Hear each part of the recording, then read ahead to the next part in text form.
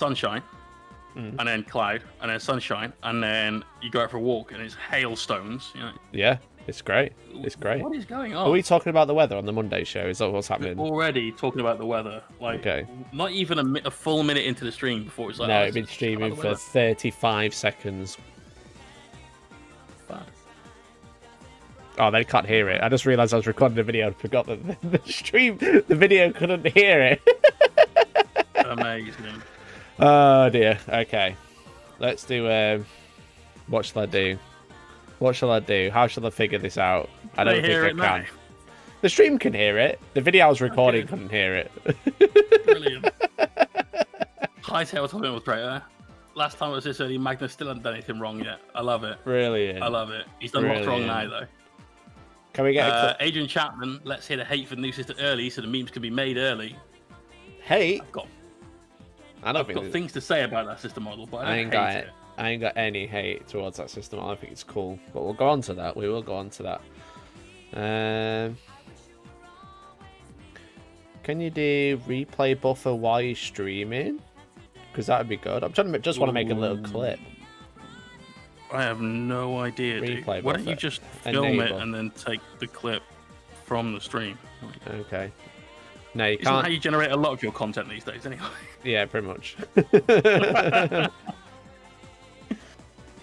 How's it going, everyone? Welcome to the stream. Hello, hello, hello. How's everyone doing? Ginger Steve says... Viking in chat. We have. Hellstorm. He smells heresy. Hell yeah. How's it going? You should wash your hands, shouldn't you? Ginger Steve says, great thumbnail. I think it was a fantastic thumbnail that we used today, because I didn't make it. It was made by Terrorblades. Yeah, exactly. I didn't have to do any work today. It was great. How does it normally take you to make a thumbnail? Make or come up with the idea of. Oh, the whole thing is like one thing as far as I'm concerned, bro. Yeah. Thank you very much to the host, Jake. Really appreciate it. Exclamation point host, please, to find out how to do that. Come through.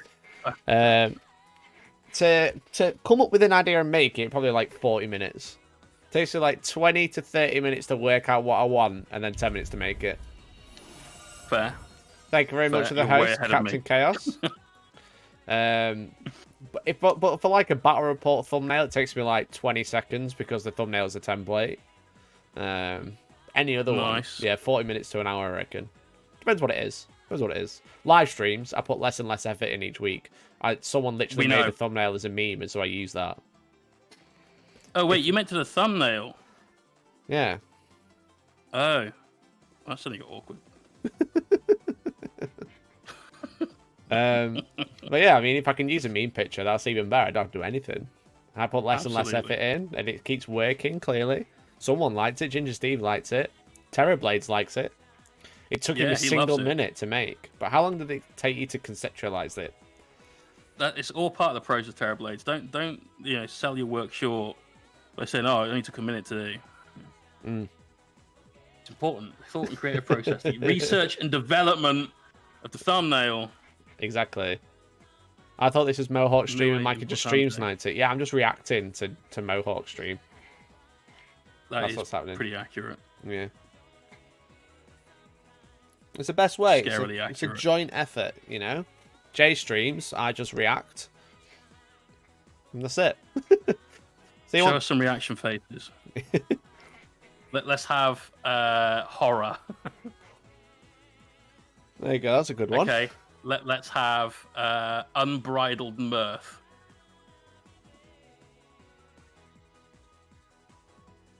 What? Which word caught you up? All of it. The second one. Wow. Mirth. Mirth? What's mirth? It's like laughter and happiness. How is it? You don't have that up north. No. I think I am weird. No. I know what mirth is. I'm sick of piss. See? I know it was.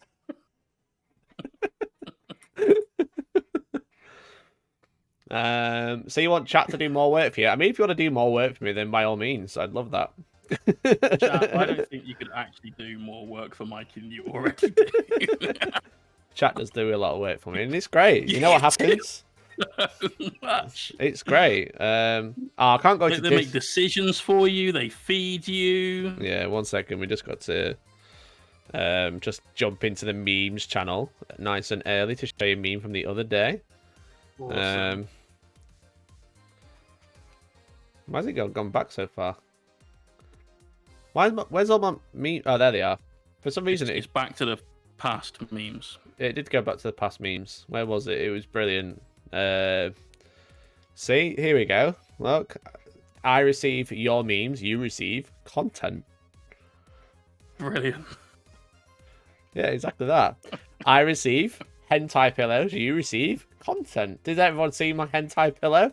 I'll put it up on the wall. We can currently see your hentai pillow. I'll put it on the wall. Thank you again, Brett. Really appreciate it. I receive free Warhammer shit. You receive memeable moments. I mean, it's great. It's great, you know. So I receive, you receive. It's a good way to. I think this is how the relationship between me and chat should work. You know, I love chat. Chat is the best. Okay, and Jay, you're the best as well. But as long as I keep getting content ideas from the chat, then everyone's going to be happy. You get cool content, I get cool memes. It's not to love. There's a good business model, right? Yeah. That doesn't have exclamation marks, question marks in the middle. No, exactly. You're okay on that one. Good plan. Good plan. When are you going to start stealing underpants is the real question. Oh, wait, you have underpants? I haven't had underpants for like over 12 months. Why? Really? I don't leave the house. Stolen your underpants. Why would I use underpants? I don't leave the house.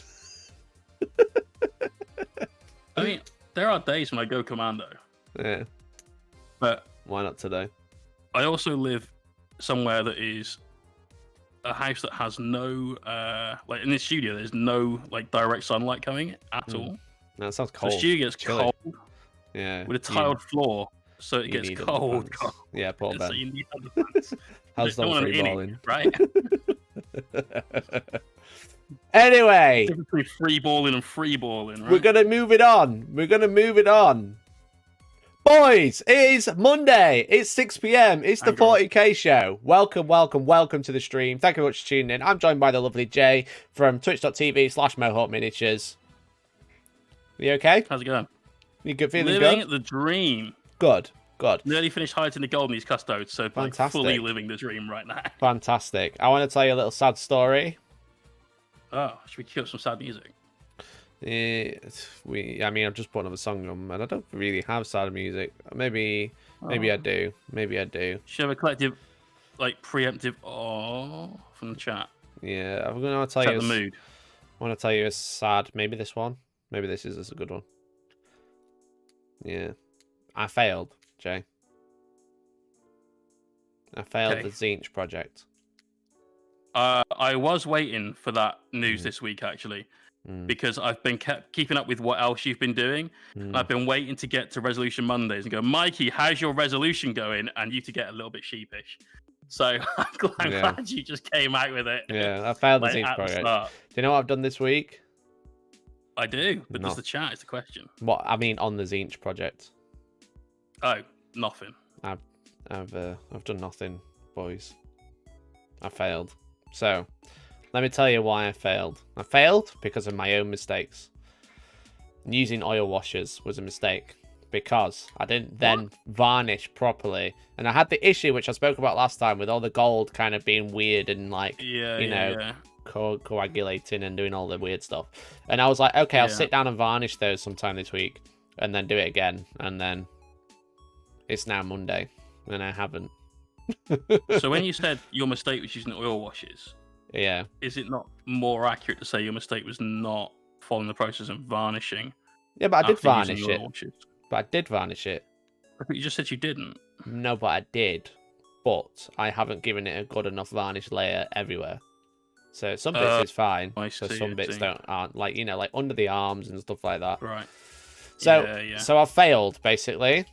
I failed the Zinch project, but I'm planning on picking it up again this week. But what's one slip up? I mean, it's been 3 months. I mean, fair enough. I'm being quite slow, but This is the first time I've not time. done. This is the first time I've not done anything.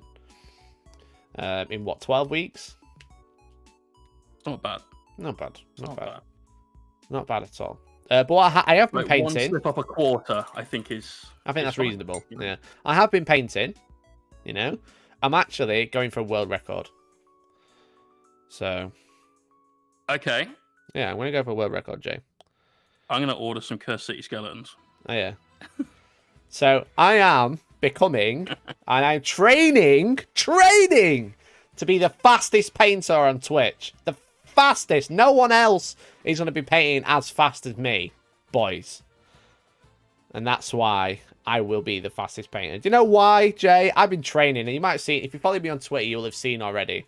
Right. Okay. Just going to cut you off right here, because let's be honest. Of the two of us, I am the painter.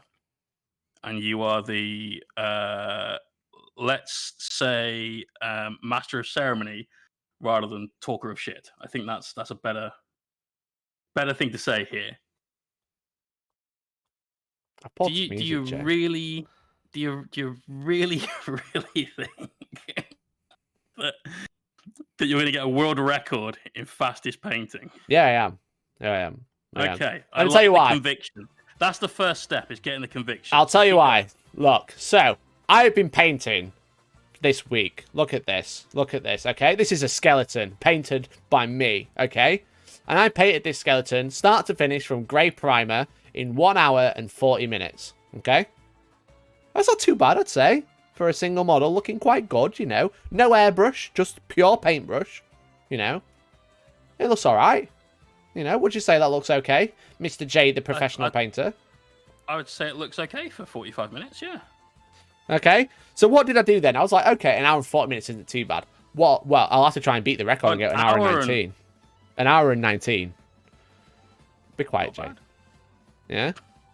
So I was like, I want to say, actually, no, credit where it's due. Adding in little bits like battle damage, it takes literally seconds, if that, goes a long way to making this model look really sick. So well done. Thank you. And that's the thing. Literal seconds that I could save to beat the record.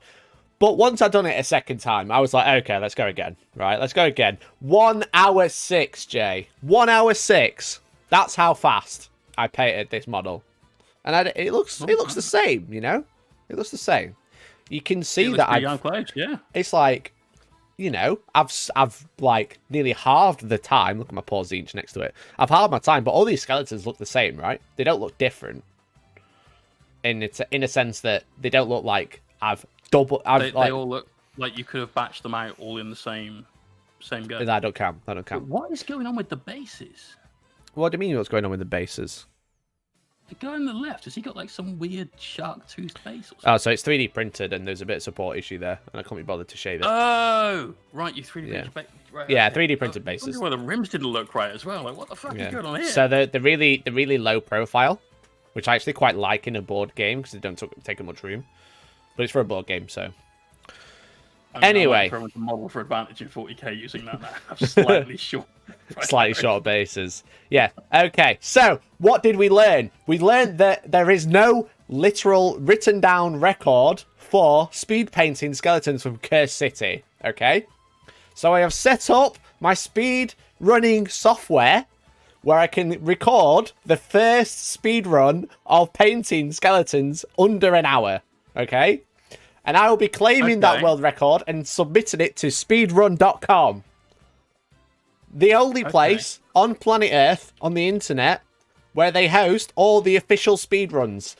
Games like Mirror's Edge, Hitman, you know, Super Mario 64, Super Mario Odyssey, Mario Kart, all the official speedruns, okay? That's where they host them. And I'm going to be submitting my speedrun of painting a skeleton from Cursed City to that website. World record holder. That's what I will be. That is it. When are you doing this? This week sometime, hopefully. Okay. Don't you get any ideas in your head? Let me have my video. What do you mean get any ideas in my head? My housemate's got a box of Cursed City sat there, and listen, I know he'd be Jay. quite happy if I painted a skeleton for Jay, listen, right? Thank you for the hostess. listen, okay? You let me put out a video uninterrupted and set the world record, okay? Because there's no record, so it can be a world record. Oh, I see what you mean. Yeah. And then you make a counter video being like, I challenge the world record holder and beat him. That's a fucking good video, Jay. Isn't that like, that's a fucking good... Usain Bolt beating Linford Christie in 100 meters? Maybe, but the thing is, that's a good video. Okay? That's like, I get a good video, you also get a good video, and then, if I want to, I can then re-challenge to get another good video out of it. That's like, it just stonks. It stonks, Jay. Now, if you go in and be like, oh, I'm going to do it first. You're the YouTube professional, clearly. if you come in and be like, oh, I'm going to do it first, you kill both videos, You kill both. That's what you're going to do. Or I just get a much better video because it's the first time, and then you get a video that's still a little bit like Rocky 1 where, your man was good, he trained hard and everything, just still was not good enough. Well, it's one of my favorite films of all time, that. It's like Rocky 5, Mike, you could beat me. Rocky 5. Nothing is like Rocky 5 apart from the gigantic turd I took over. So that's what's going to happen. So I'm happy for you to attempt to beat the record, which you probably will, but it would be funnier to do the setup for you, Jay. That's what I'm saying. I'm probably not going to do it at all, to be honest, mate. I just thought it'd be quite funny to see what would happen if we went down that route. I think it's a cool idea. The house Viking. As someone that's done a lot of speed painting stuff, like the weekend paint-a-thons and stuff that we do, where it's this many Necrons or this many Plague Bearers or whatever, it's a different discipline entirely to painting something like I'm doing now. What I'm doing now is all about precision and just getting that brush stroke for sure, absolutely right, so it's nice and clean and everything else. But speed painting is one of those things where you have to sacrifice something. Yeah. And it's almost always quality that has to go. Mm. But the great thing is with me, how have you found adapting to that? If I'm speed painting, I'm against not painting. So any way I look at it, I'm winning. I wouldn't have painted the skeletons, but the fact that I can smash one out in an hour, I'm like, hell yeah, I'll paint another one. I could do one every day. Yeah. Do an hour of painting, I've got another model. That's fair. That's fair. and I think, I feel like I'm a good painter, but I'm slow. That's my biggest issue. So making little meme challenges where I can be like, I can paint one of these, which at the end of the day, not to toot my own horn, looks pretty good in my opinion. It's not bad, dude. And if I can paint one of them in under an hour for a good meme, but also have a painted skeleton in under an hour, and I paint one a day. I think that's my biggest issue. So I associate speed painting to batch painting, and I don't know if that's my style. Batch painting. Yeah, I don't think, because I keep struggling with it. It's not for everyone. No, it's a grind. I keep struggling with the grind. Yeah, that's what I'm really struggling with at the minute, and I think that's what getting me down with the Zinch project is because I've got 30 horrors and a character to work on. I just feel like I'm getting nowhere. Whereas maybe if I go and varnish one horror and paint a horror, and then be like, okay, let's do another one, maybe that's where I'm going wrong. Yeah. And I've really enjoyed the skeletons. I've really enjoyed painting them because I finished it. It's done.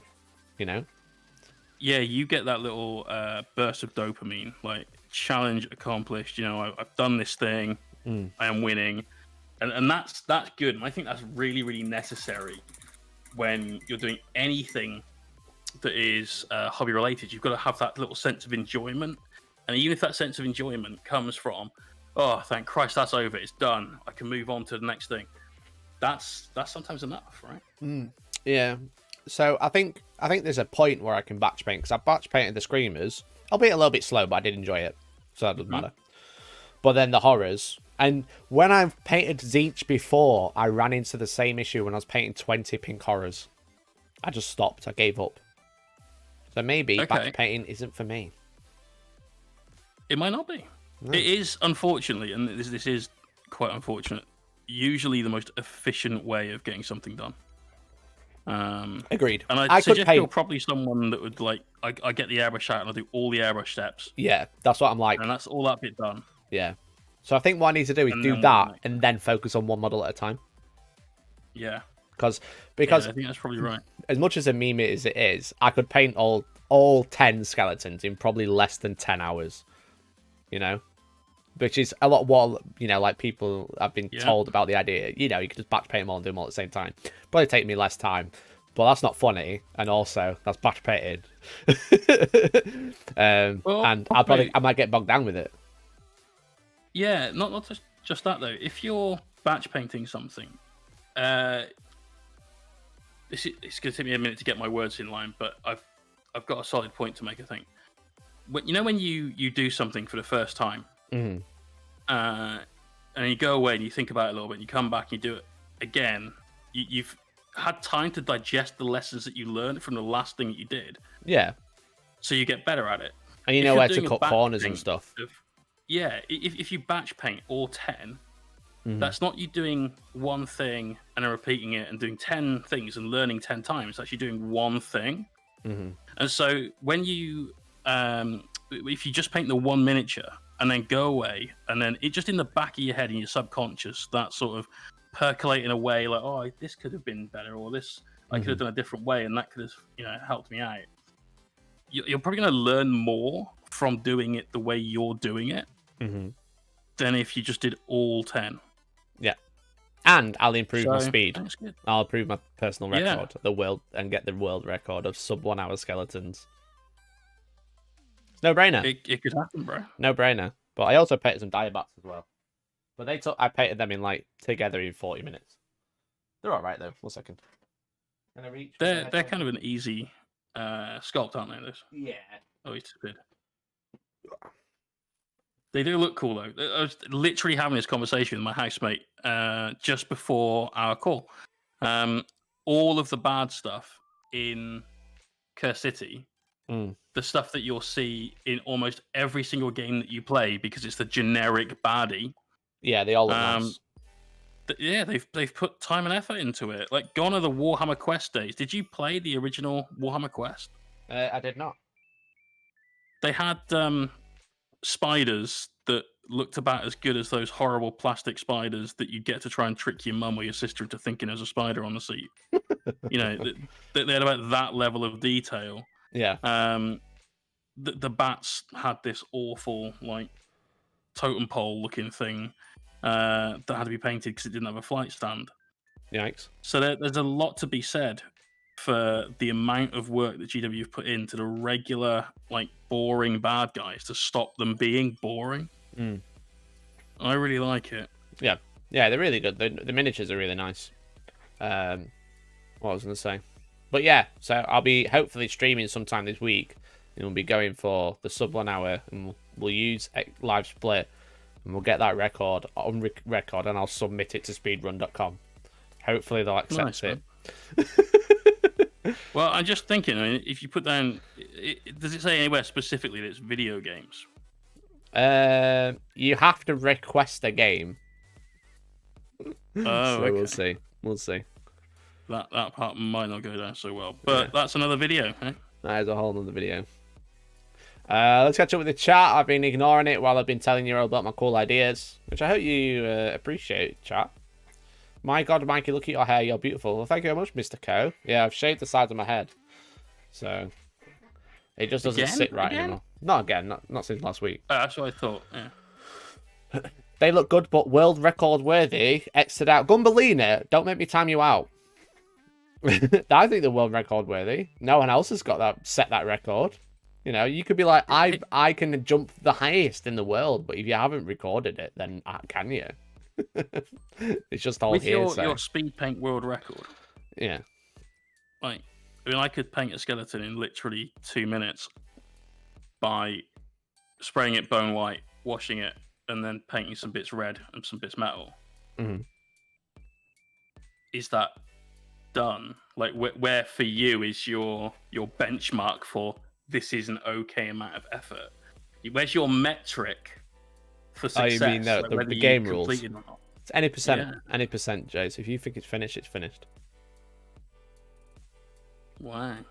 I've seen plenty of people that have taken what they thought were finished models to tournaments. You know, you've seen some of that standard, right?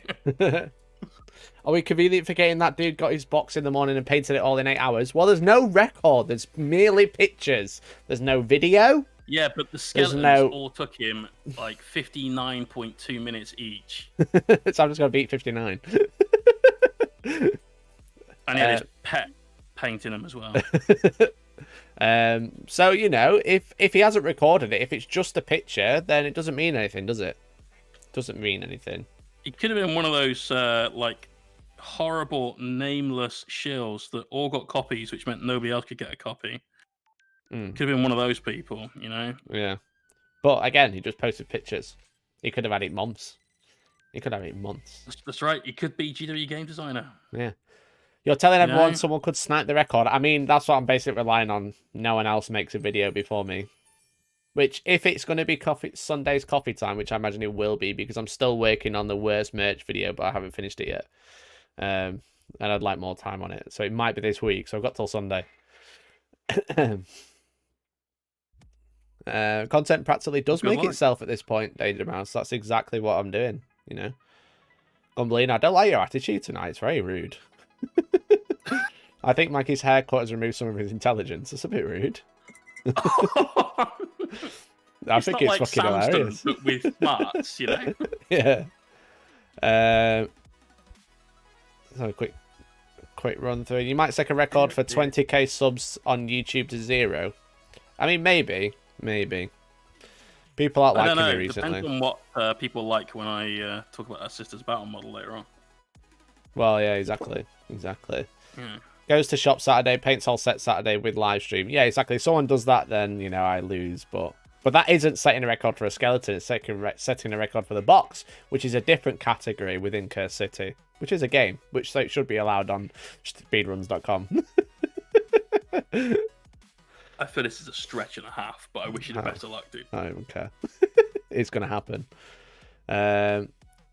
Hellstorm, I posted the face thing in memes template so you can use it infinitum. Thank you very much, dude. We appreciate it. Make sure you join the Discord. !Discord, or there's a link in the description.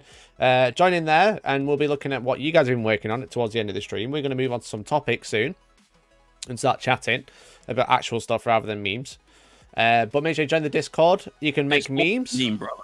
Yeah, there's a lot of memes in there, which is good, and also you can show us what you've been working on. We'll have a look. Gumbelina, I'm in danger. You are very close to being timed out. Really?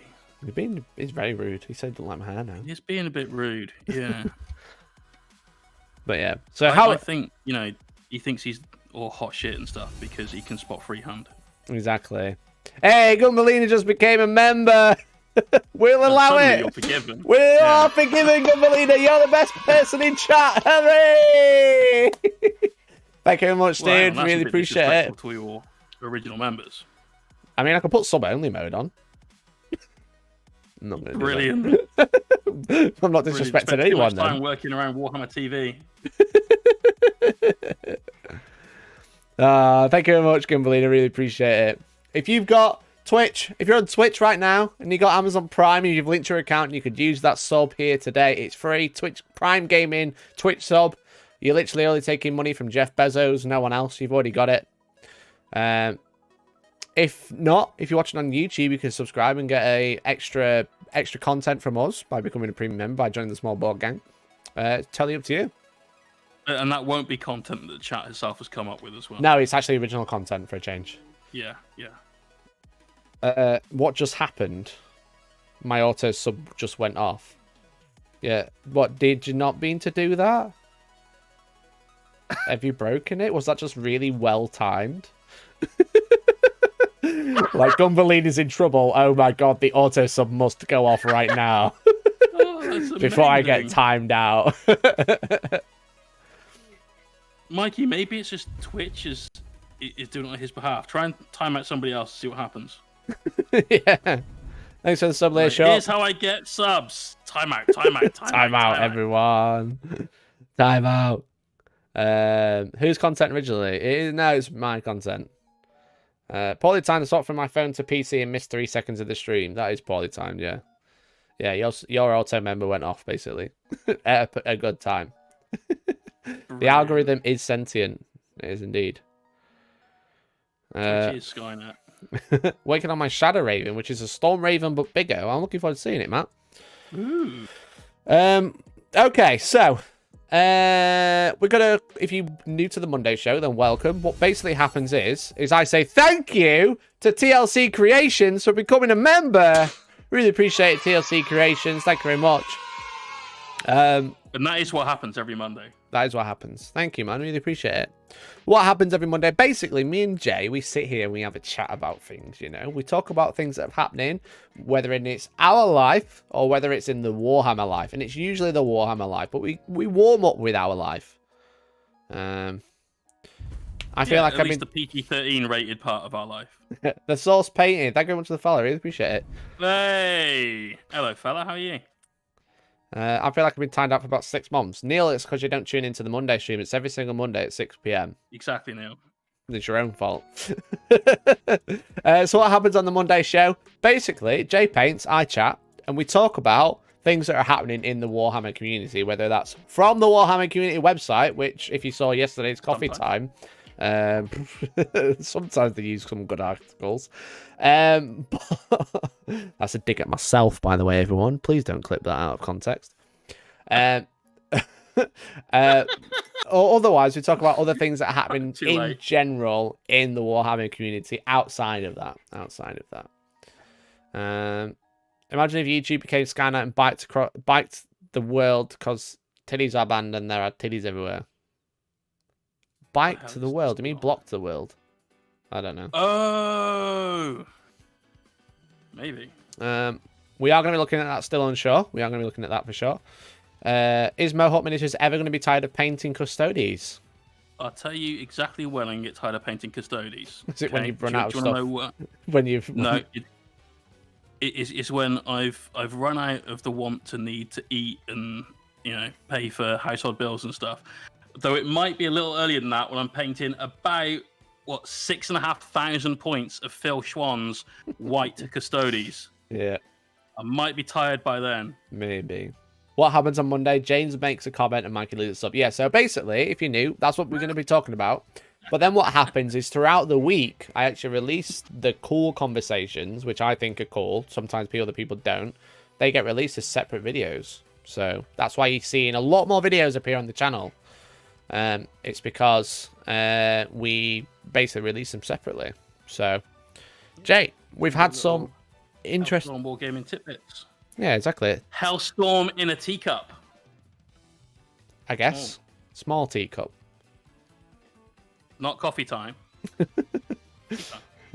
Tea time, exactly. So, where shall we begin? I've got the Warhammer community website open. I've got a couple of topics. We've got... Okay. Hey, thank you very much for the Twitch Prime, PD Ball 1992. You absolute legend. Thank you very much. You literally just stole from Jeff Bezos. How good do you feel right now?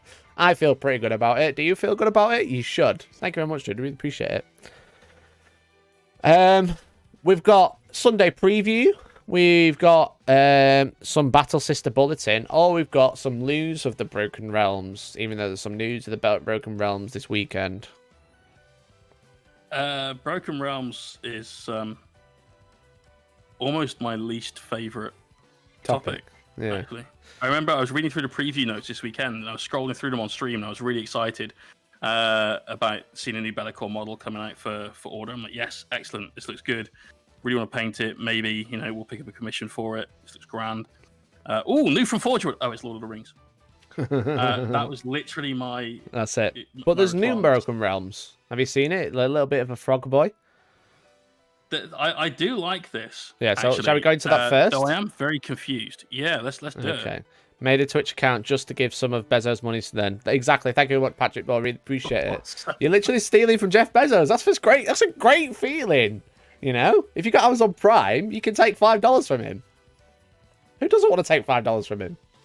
Would you take $5 from Jeff Bezos if you could, if it was perfectly legal and he gave you the money? Quite a lot of money off Jeff Bezos actually as a streamer. So well, the thing is as a streamer, you've also given him lots of money. So well, no, other people have. Yeah, but but via you tax on that as well. Yeah. So... Fuckers.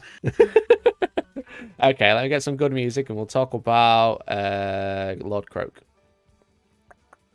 Definitely Lord Croak. Go for Finac City, I think. Hi, Jay. Hi, Mikey. What a start. Chat, say hi to YouTube because we're recording right now. Lord Croak is 35.20. So, what have we seen from the Mortal Realms this week? Since it feels like Games Workshop have forgotten about 40k for the past month, we have out of nowhere seen a little. They've at least teased they're going to release a Primaris Lieutenant.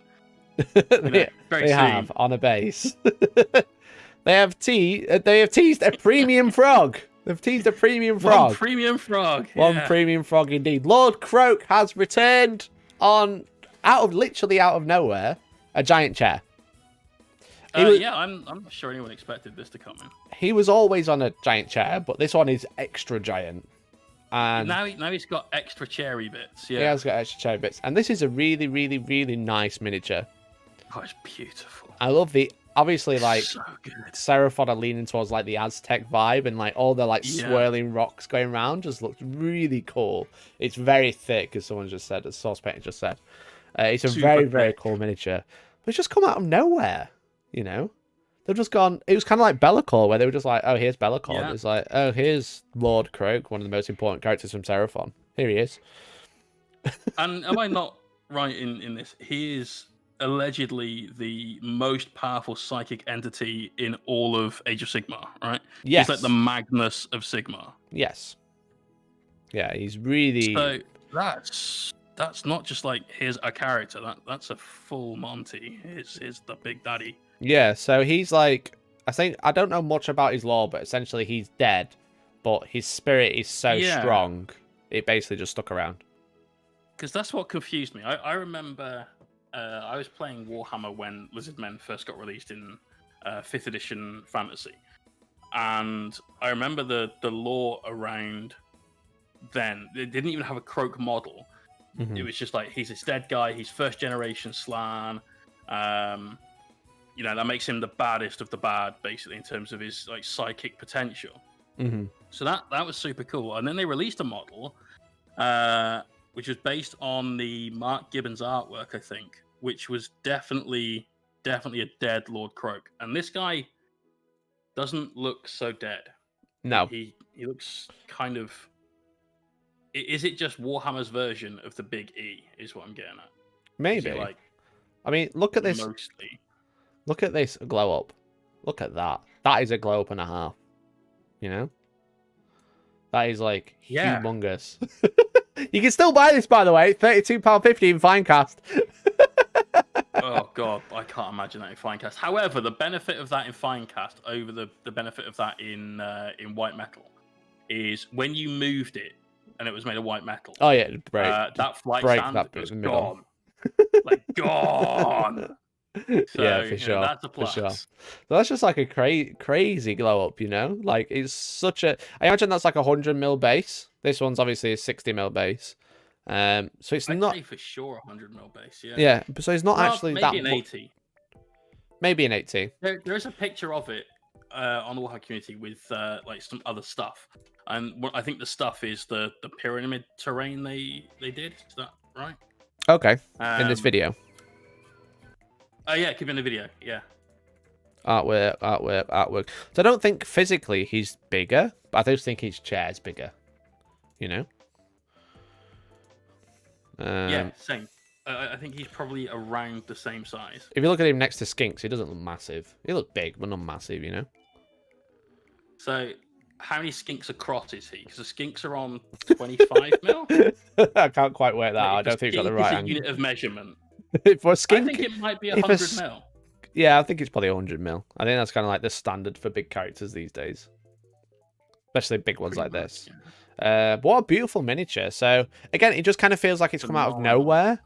Because it was like they've not really teased much about Seraphon or Lord Croak or a new Broken Realms book. Obviously, this weekend you'll be able to pre-order the Be'lakor book along with the new Be'lakor miniature, which I think on Varak's video says will be like £89. The That's Be'lakor. what I heard. Yeah, which is not a terrible price depending on how big it is. Think about the price for Greater Demon. Well, yeah. 85 quid, right? Yeah. But they didn't used to be. I think £4 for some extra like nice bits for 40k or for fantasy, depending on which one it is that you want it for, is a fair tax to pay. Yeah. I also think that the model is probably the best looking Greater Demon-esque mini that they've ever done. Yeah. Definitely a new high. Yeah, big chair is bigger brain. Bigger chair, better person. Bigger chair, better slam. But what an absolutely fantastic looking miniature. And I really like, they've just really like captured what the slan was and just made it better without really, they have changed it, don't get me wrong. Like, look at that without the helmet on, without the faceplate. I really so like cool. it. Whoever has painted this, you've probably done the best paint job that Games Workshop have put out on one of their sculpts for, I'm going to say months.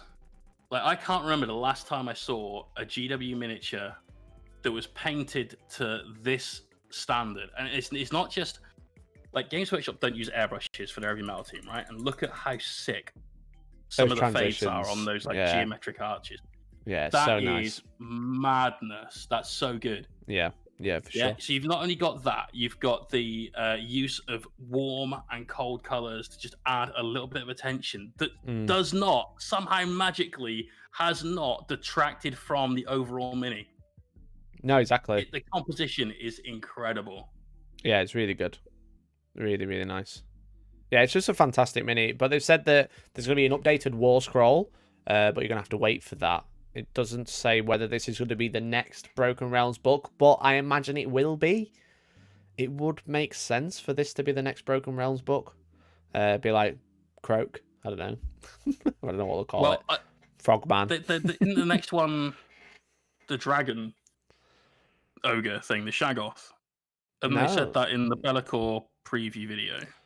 I don't know if they've said there's another one coming that's the Shaggoth. They've just said that the next one is Be'lakor, then I don't know what the one after that is. I thought they said they had a quick video and they announced it was in one of the Warhammer preview streams.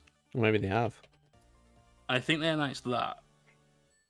And it was some like named Shaggoth dude, basically. The Nadir. I have no idea.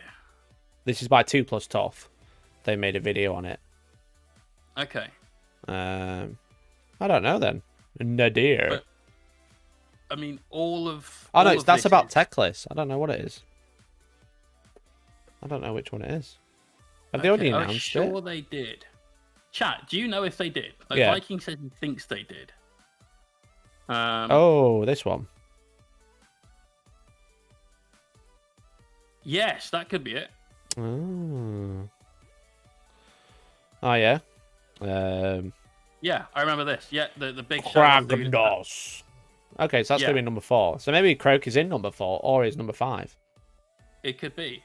But normally stuff like this is like your end times kind of sets of publications, right? Oh yeah. So we're performing a massive shake-up for the lore and everything else. And I think it'd be really, really amazing if when the last like end times book comes out, if that is the point when Age of Sigmar croaks. Oh, come on, that's a good pun. Somebody, come on. I think that's the end of the clip. 9 minutes. If that doesn't trigger people in the chat, nothing else will, okay? So, but I think this is probably one of those kind of books, and that's when you'll find some updated rules and I think we'll see Magic Toy. I think we'll see 6 to 10 Broken Realms books, and then it'll be like AOS 3. And then maybe if he comes out in the same book as the Dragon Ogre guy, it could be quite an opportune moment, because the Games Workshop currently, especially on their more fantasy-looking sculpts, have started doing almost animalistic faces and stuff. So I'm guessing if Croak comes out in the same book as the big Dragon Ogre, you're essentially going to have Kermit and Miss Piggy. Right, Jay, you're going to get muted. He's muted. Oh, that didn't work. Terrible. But it's cool. It's a great mini. I think it's really, really sweet. It's the sort of thing I'd love to paint, because it's a painter's dream. There's so many different things there to do, and yeah, it's a really nice mini. It's a real opportunity to showcase your skills and get on with it. Yeah, real nice. In contrast paint. Oh no. That's the one you thought was funny out of all of that. The tragic one. The tragic one, yeah. I mean, they're all pretty tragic, but you know. I don't need to look at memes. Oh, there's some good memes there. But yeah, good mini. Looks cool. Gonna be some interesting things for Sigmar for sure. Yeah, for sure. All right, I'll save the memes for the end of the stream, so there's some good ones there. Okay, so that was Lord Croak. Again, you can't really say much about it. It just kind of felt like it came out of nowhere, right? Like I thought this week was all about Be'lakor. Yeah, that is actually a weird thing. Like, here's this brand new model that is 100% like one of the standout models of the year, and we're only in April, but it's still going to be one of the minis that goes forward to the best mini of the year award. That is just awesome. And on the day they announced the pre-order for that, or it's going up on pre-order, so the day after, they go, and by the way, here's the next amazing big thing you have. Yeah, we should gonna wait a week now. Let Be'lakor at least let everyone spend the money on Be'lakor, then be like, oh, by the way. Yeah, I mean, there's that option for it, but also there's just the how much of the hype train for Be'lakor if you just slightly derailed? Yeah, and that guy, because now everyone's talking about Slan. God, he looked terrible. Oh, the Lord Croak, sorry. I love that book cover. There's limited edition one. It's so nice. It is very pretty. Yeah. Very pretty. I prefer it much more to the purple Be'lakor on the other side. Yeah, for sure. But is this not a weird... it's good that you're on this page. If you scroll down just past the man that looks like he's having a guff, you've got a new set of boxes of kit for Sigmar. One of them is a great big trio of dinosaurs. Yeah. So we've got Be'lakor Chaos, Croak Dinosaurs. Yeah. What joke have you got next? Well, no, I haven't. But apart from the fact that we've got more Sigmar stuff underneath, but cheers, Hellstorm guy. The Caradron Overlords and the Night Gaunts, are they also going to be getting these big, centerpiece minis? So the reason they're bringing these out is because they'll have a battalion in the Be'lakor book. So they'll have a formation, and this will be it. Oh, okay. So, but it doesn't make sense to put Seraph on. Because they're now giving you more characters for it. I don't think so. I don't know. Okay. I don't know. Fair. It doesn't make sense to put the Seraphon in there, though, because if Lord Croak's going to come out, surely he's in a Broken Realms as well. Why not put Seraphon in there? Yeah, okay. Weird. You have to remember there were lots of delays and things are being shown closer together than they should have been. It's difficult to get the timing, isn't it? Yeah, but no at the same time, because it could be just show it off Monday. They showed off a sister today. Why do they need to show off Slan as well? You know? Yeah. I don't know. Yeah, I think the timing is weird. Yeah. Because we just talked about how surely you want Be'lakor to be everyone go out and buy this, and then give it a couple of weeks, and then right, here's the new thing we all want you to go out and buy. And strange. How often do you see more than one centerpiece mini released or teased at the same time? Yeah, it just seems the odd. only time I can ever think of this happening is when you ended up with the like Crusader, not Crusader, sorry, the two Castellan class knights, because they are centerpiece minis because they're massive, and they obviously got released at the same time. That's the only time I can ever think of this happening. Yeah. Hey, Bartleby, thank you very much for the 5 of the super chat. Hey. Has to crunch sales time right now because of the massive delays in production COVID has caused, hence the lack of time between models in releases. Yeah, maybe. Yeah, maybe. Maybe you're right. I don't know, it just seems odd. But, I mean, it's one of those things, it's like, doesn't really affect me, so I wasn't going to be going out and buying Be'lakor because I don't want him yet, you know? I don't know what he does. I'll buy him if he's good. If I want to paint him, cool. But I've got lots to paint, you know? I'm not really bothered about Lord Croak because I don't have a Seraphon army. It just seemed odd, you know? That was my analysis of the situation.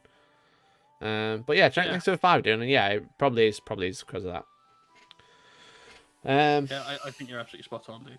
Yeah. So, speaking of new releases today, let me find it. Where is it? Where is she? Also on the Wargaming community website, say hi to YouTube chat. They released another Battle Sister Bulletin, which is released a Blade Guard a Celestian Sacrosanct. Yeah. A sword and board sister. I mean, sword is putting it in an odd perspective. This is an interesting model. I actually quite like the overall aesthetic of the model. But the common sense part of me has to just like hold up his hands and say, whoa, a moment. Halberds are definitely a two-handed weapon. And she's holding a halberd with one hand, currently in a stoic pose. Love it. But in her other hand, she has what is probably a bolt pistol behind a combat shield. How do you expect this to work on the battlefield? And are we going to end up seeing a load of really, really statically posed sisters because of this? Okay, here we go, Jay.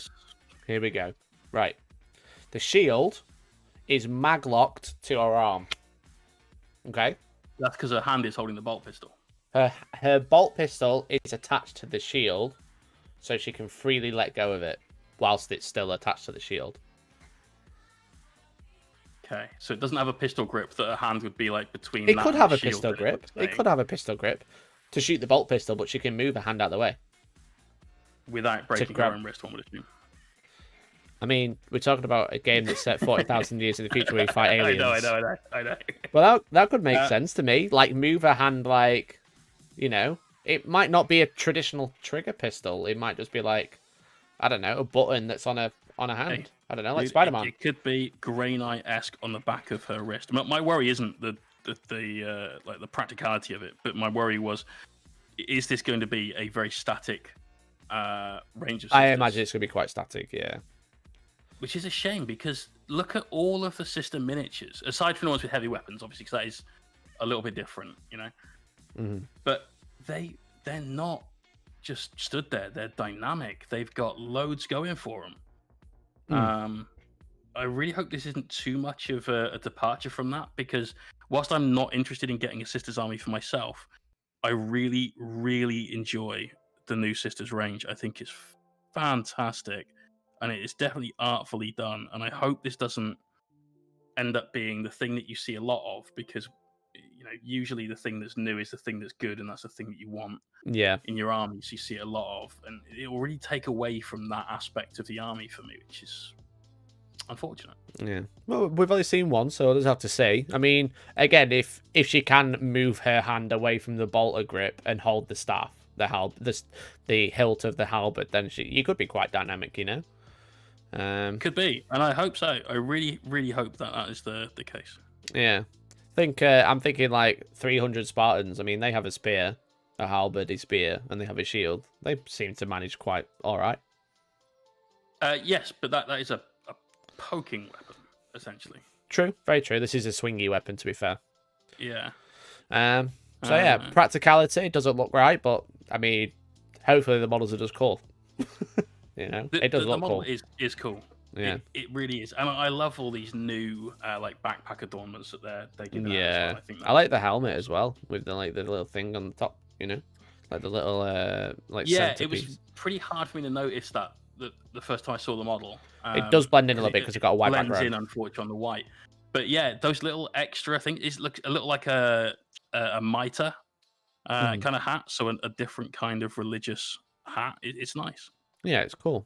These are the things that I really like about the Sisters range, and it's why I think the range itself is fantastic, because everything is got its own little flair to it, which is great. It gives a little bit more personality to the miniatures that you've got. Yeah, they've really smashed it with this, haven't they? Dynamic style they have currently. Someone did say that super sold on the Sisters robot things. Yeah, the war frames. I can't remember what they're called now. Yeah, I have no idea. Yeah, and then it just looks like someone said it looks like a washing board or an ironing board that she's carrying, but still cool. I've heard coffin lid. Yeah, coffin lid's a good one of a dwarf or a squat or something. Child, but let's go to that horrible place. I assume this is probably a combat shield rather than a storm shield. Yeah, maybe because it's quite small. It's quite small to be a storm shield, but it'll probably give a +1 save and a 4+ invul. Yeah, I'm still thinking rules wise, and obviously you can't accurately speculate on rules for a miniature that you've literally only seen the miniature, but we can safely say she's going to be weapon skill 3, toughness 3, 3 up save and so on. There's some obvious ones there. But I'm thinking that whilst it doesn't necessarily look as beefy as a Storm Shield, that it will probably still have Storm Shield rules. Yeah, for sure. Do Sisters still have the buff to invulnerable saves if you're stood near Celestine and stuff? I think so. Magifire. I think so. Yeah, but I imagine it'll be capped, especially if it's in the new codex. Wouldn't you? You wouldn't like to give him all 3 up invuns. We've had enough of Shield Wall. Get gone. Yeah. That would be a great addition to Shield Wall to tank. I hope you've got some of these on order already. Yeah, exactly. Get them down to like a 2 up or something if you do it right. It could be. Yeah. We also saw some points for the Palatine because they forgot to print them. But again, I forgot about that. It's funny, that, isn't it? 45 points for the Palatine, which is quite cheap to be fair. Well, 50 points for a Lieutenant. Which is pretty decent. I think that's a very, very cheap thing. The real cost to it is that you're taking out an HQ choice. Well, yeah, this is true. Because now, obviously, you want less detachments in your army than more, because you're spending CP to build by detachments, and so you're losing an HQ choice to put this in. What are you putting in otherwise? Like one Canoness, Celestine. Canoness normally, Celestine, and isn't the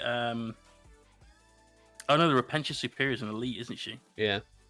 Yeah. Normally, the one you normally see is 2 Canoness. 2 Canoness, because they are pretty tasty. They're for solid. Sure. Yeah. So maybe it's not so bad, I guess. But like I said, 50 points is nothing.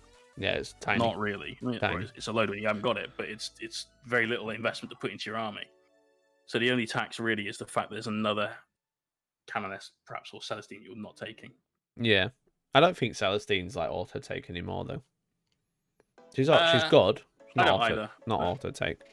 She's certainly a very powerful character. Yeah, for sure. So your list might start looking like 2 Canoness and a Palatine sit at the back. Yeah, Celestine's probably 150-ish. I know at one point she was 200 points, but that was a previous edition. Yeah. That was before she got nerfed. Yes, it was. So maybe this is an overall just a solid buff to a Sisters. Yeah, maybe. Yeah, like the Marshal for Admech coming as well, because they're going to get that same thing, which they don't have any reroll wounds. So as well. Yeah, which I already spoke about in another clip. We did. Well, yeah, interesting. It looks like Sisters are going to get. They've already got such a wide range of units already. It looks like they're just getting even more. for free. They are a completely brand new army, though. This is why the Sigma models are often just ever so slightly nicer than 40Ks, because when they get a new release, they get the entire release, right? You get lock, stock, the lot, brand new HQs and troops and everything. This is what happened to Sisters, and it's one of the first armies in 40K in like modern 40K at least to get that treatment. So I'm thinking that this is definitely time for the Sisters Codex to come out. Yeah, because they've had this unit teased now. We've had the Palatine, we've had the walking Centurions, things. Essentially the Warglaves, basically. We've had the Predator. We've had the Predator. Yeah, all of these things are being shown. That's enough units to warrant a new codex. Yeah. And I appreciate that AdMech had quite a lot of new units and then didn't get a codex, and it was just sort of all shoehorned into Engine War. But but they're getting one now this month. The case. Exactly. Probably pre-order next Saturday, I imagine. That's what I reckon. Or the weekend after. Like they said April, which is normally their pre-order they're talking about. So my assumption is by the end of the month. True. I reckon Sisters that will get a company command treatment where a detachment can only have one Canoness and 2 Palatines. I agree. Yeah, they are probably going to get something similar. I don't mind things like that. To limit HQs. Good. Yeah, I think Tower the first ones to get something like that. I think every army's going to get something similar now. Yeah, I mean, I was thinking about this just before the weekend. I think I'd quite like to see the rule of 3 removed from the game. You reckon? And here's a humongous but on that.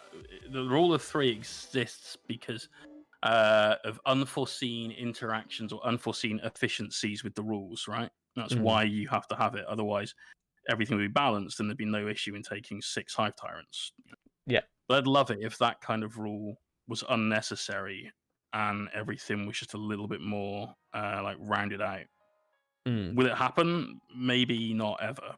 But certainly it'd be nice to get rid of things like that and be able to take. Please use custom fields. DN, so thank you much for the 5. Custom fields instead. Hey! You really should get this fixed, Mikey. Please use customer fields instead. Customer fields. I don't know what it is. It's something to do with Streamlabs, so it's funny though. Thank you very much, Dan Stuff, for the 5. Really, really appreciate it. Thank you very much. Yeah, maybe I'll fix it, or maybe I won't. It's funny when it says it like 4 times. Awesome.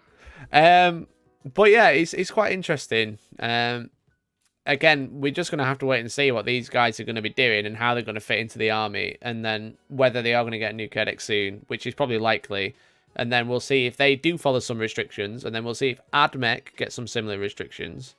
But removing the rule of 3, what if you just ran like 20 Death Shroud rather than 18? That'd be quite annoying. Yeah, but that's my thing. It's not like remove it now with the game in its current state. It's write the game's rules to a state where the rule of 3 isn't needed.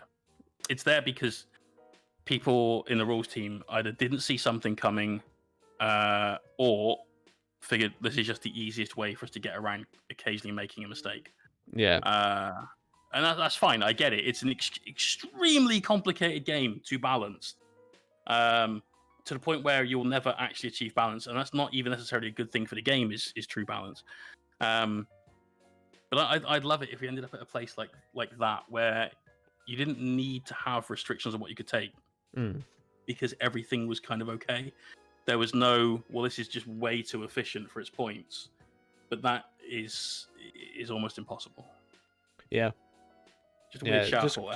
Yeah, it's just quite a lot to deal with, isn't there? And they'd have to have like so many like little tiny rules of being like Terminators have the bodyguard keyword. The bodyguard keyword means you can only take 1 per HQ, or like tanks are very sought after, so you can only take 1 per HQ and stuff like that. And I just feel like it might just be a way of a cool idea, but maybe in practice it might be too much because you've got to have a special rule for everybody, for every type of unit.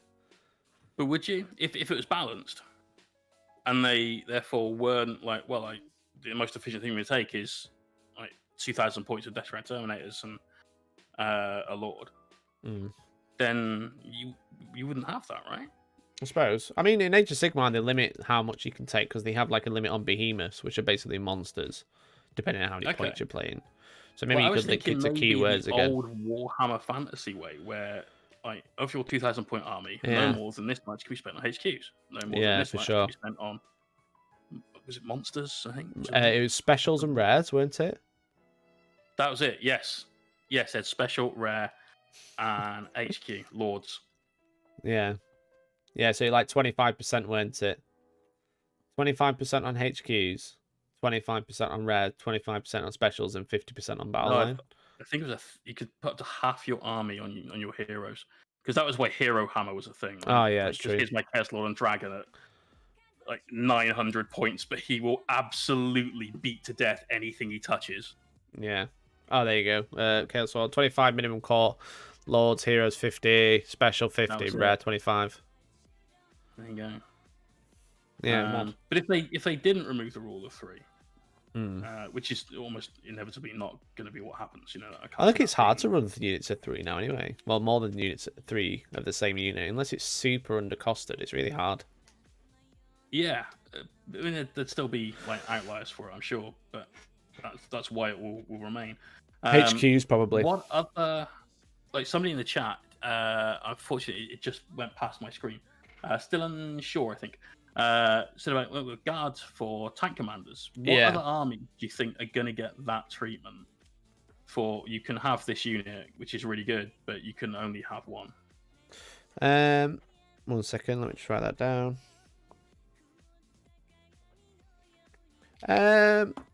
So let's think about like armies that spam HQ to do well. You know, you've got obviously Tau were the first ones to get any sort of HQ limit, and that was on their commanders. Yes, it was. Yeah. Space Marines did that come in before or after? Before Rule of 3. The Rule of 3. Yeah, that was the first limitation. Yeah. So remember the 2 lists around that time that were causing people some pain, and it was unfun, was in fact there were 3 lists. There was this TIE commander spam where you'd have like 8 commanders. Yeah. They couldn't be targeted. Yeah, that's true. Hive Tyrant spam where you were taking like 7 Hive Tyrants and Psychic Shrieking and everything, people off the board. Yeah. And then there was the really obnoxious but obviously going to be stopped Death Guard, Plagueburst Crawlers, Plague Tank, Plagueburst Crawlers spam where you took 7, 9 in a list or something. 7 with a tree. Yeah, that was it. It's very fluffy. Extremely fluffy. Yeah, here's my tanks parked in a car park with a tree just in the middle of the car park. So that's what brought in the Rule of 3, because as soon as you banned commanders, people were just taking Hive Tyrants and Plagueburst Crawlers. So they brought in the Rule of 3. And obviously since then we've seen limitation on HQs just in general, such as Death Guard, Chaos Lords, Space Marine Captains and Lieutenants can only be taking 1 or 2 per detachment. Yeah. And obviously you have Tau. Now it's interesting. I imagine with 1,000 Suns, I think there will be a limitation to how many sorcerers you can take that are like exalted.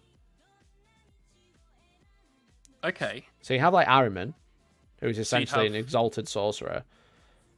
But then you can take normal Chaos Sorcerers in 1,000 Suns detachment. Well, in their codex. So I imagine they'll restrict the amount of the exalted, because they're essentially captains and psychers at the same time. So I think it'll be 1 exalted and 2 normal sorcerers in a detachment. Do you think that they might not go the other way with that, and it be a case of there's a data sheet for sorcerer and that's it? And maybe you can upgrade it. With like the chaplain and master of sanctity. Yeah, maybe that was probably a good way to do it, to be fair.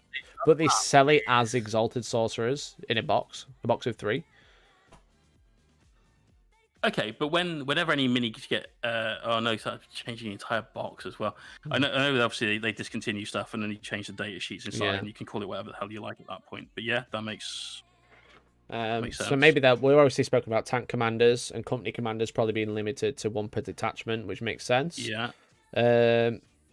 Who else? What other armies have we got?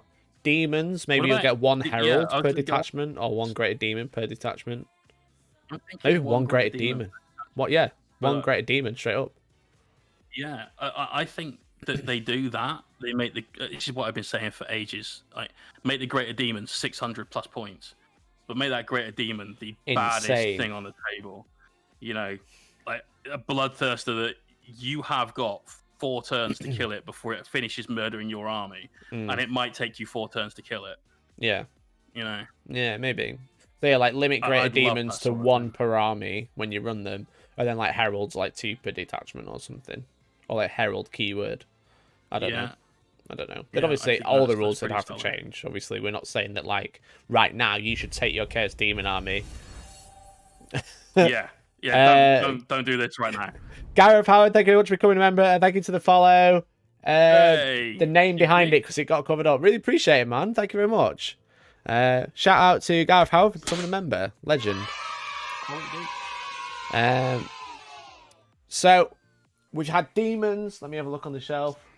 Orcs, war bosses will definitely get limited to 1. I think so too, and possibly even big mechs. Maybe because they're like, if you think about it, big mech with shock attack gun is one of the like the most spammed units, or it used to be at least one of the most spammed units in the Orc army. So maybe even that as well. The thing is, we didn't really see any of this in the Necron book. You know, you can have as many overlords as you want. You can have as many cryptex as you want. In fact, you can have many, many, many cryptex. But that feels fluffy, at least if only like if you look at it. Yeah. The other limitation is who has to be the warlord. Yeah, that's right. And the chain of command. So you're incentivized, obviously, to take a Pharaon overlord. Yeah. So essentially, with Necrons, if you don't know, the highest ranked has to be the warlord. Yeah. Basically. Which I do like that. I think that should be the way in most armies, because how many Marine armies have you got with, say, Ragnar Blackbane, but the chaplain is the warlord because he's got 2 traits that way and so on. Yeah, for sure. You know, you'll see Bobby G back in like before the current days where he wasn't the warlord and some Space Marine lieutenant was. Yeah, for sure. So that'd be quite interesting. What other armies? Gene Stealers are already pretty limited because you're going to take 1 per detachment already, because they're quite new. Tyranids, 1 Hive Tyrant keyword per detachment. So Hive Tyrants and Swarm Lords, for example. I would like to see a massive upgrade to a Hive Tyrant though as well, similar to the Greater Demon. I want that guy to be scary. Not, oh, you brought the flappy one. Cool, I can shoot him easily. He's got big fuck off wings. They need to. The High Tyrant needs to be made better. The Swarm Lord needs like minimum wounds per phase or something like that, max wounds per phase, and T8, I think. I have a strange suspicion that there might be quite a lot of Synapse creatures that get that. Yeah, I think that's going to be the thing. Like if you're a Synapse creature above like a certain rank, we'll say, for just ease of use. So like a Trigon Prime versus a Trigon. Yeah, then congrats, you've got maximum damage per phase. Yeah. Because I think that's fluffy, because the Hive Mind in the fluff literally takes over what is almost at that point a corpse and controls it. You know, it's basically a zombie tyranny, and the Hive Mind's like, no, I still need this for a minute, so you can hang on, you don't die yet. Yeah, exactly. I hope they don't make Greater Demons 1 per army. Got 3 Keeper Secrets behind Mikey. Yes, you have. I'm hoping they're going to be playing them this week. Really? I'm planning on playing them against Drakari or something, which might be fun. And then I can send them back. None of this happened in Drukari, did it? Pardon? Oh, no, in Drukari. No limits. You can only have one master type of warlord character. Sorry, so you can have like 1 master Archon, 1 master witch, and then 1 master homunculus. That's it. But that's similar to what we've seen anyway, right? In other books, like your Master of Sanctity, your Chief Librarian, and so on. Yeah. So, but they're actually even more open than any other army now, because you can mix in a real space raid. You can mix all 3 types of armies that are in that book and still get benefits of all of them, which is something really unheard of. It's the opposite of what every other army's doing. Yeah, everyone else is like, no soup for you. Yeah. Which I like. I'm actually one of those weird people that likes mono faction play. Mm-hmm. But yeah, that is a good point. There's very open. Yeah. In there. But then you look at custodians like you're painting now, that'd be like one shield captain. You know? I think that's absolutely got to be the way. And I'd actually even like that to go further and be one shield captain per army. Right, okay. Because there's not a lot of custodians at all, right? That's their thing. They are the thin gold line. Mm-hmm. But somehow there seem to be at any given tournament 30 shield captains. Oh, yeah. And then Grey Knights, again, one Grandmaster. Yeah.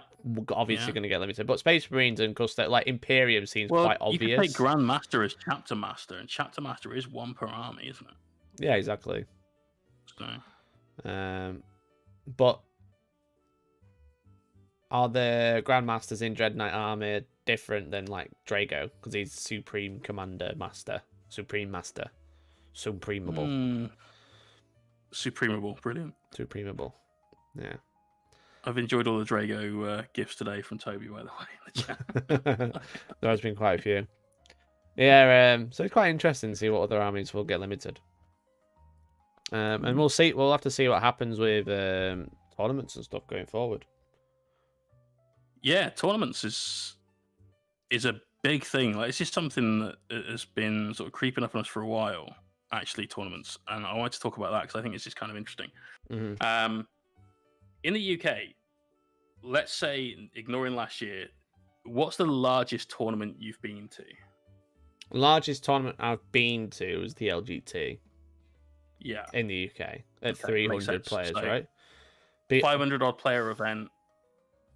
When it's 300, 360 or something. I can't. I got a horrible suspicion it was like 240 tables, so that's got to be at least 480 players. I know it was enormous. Yeah, I can't remember now.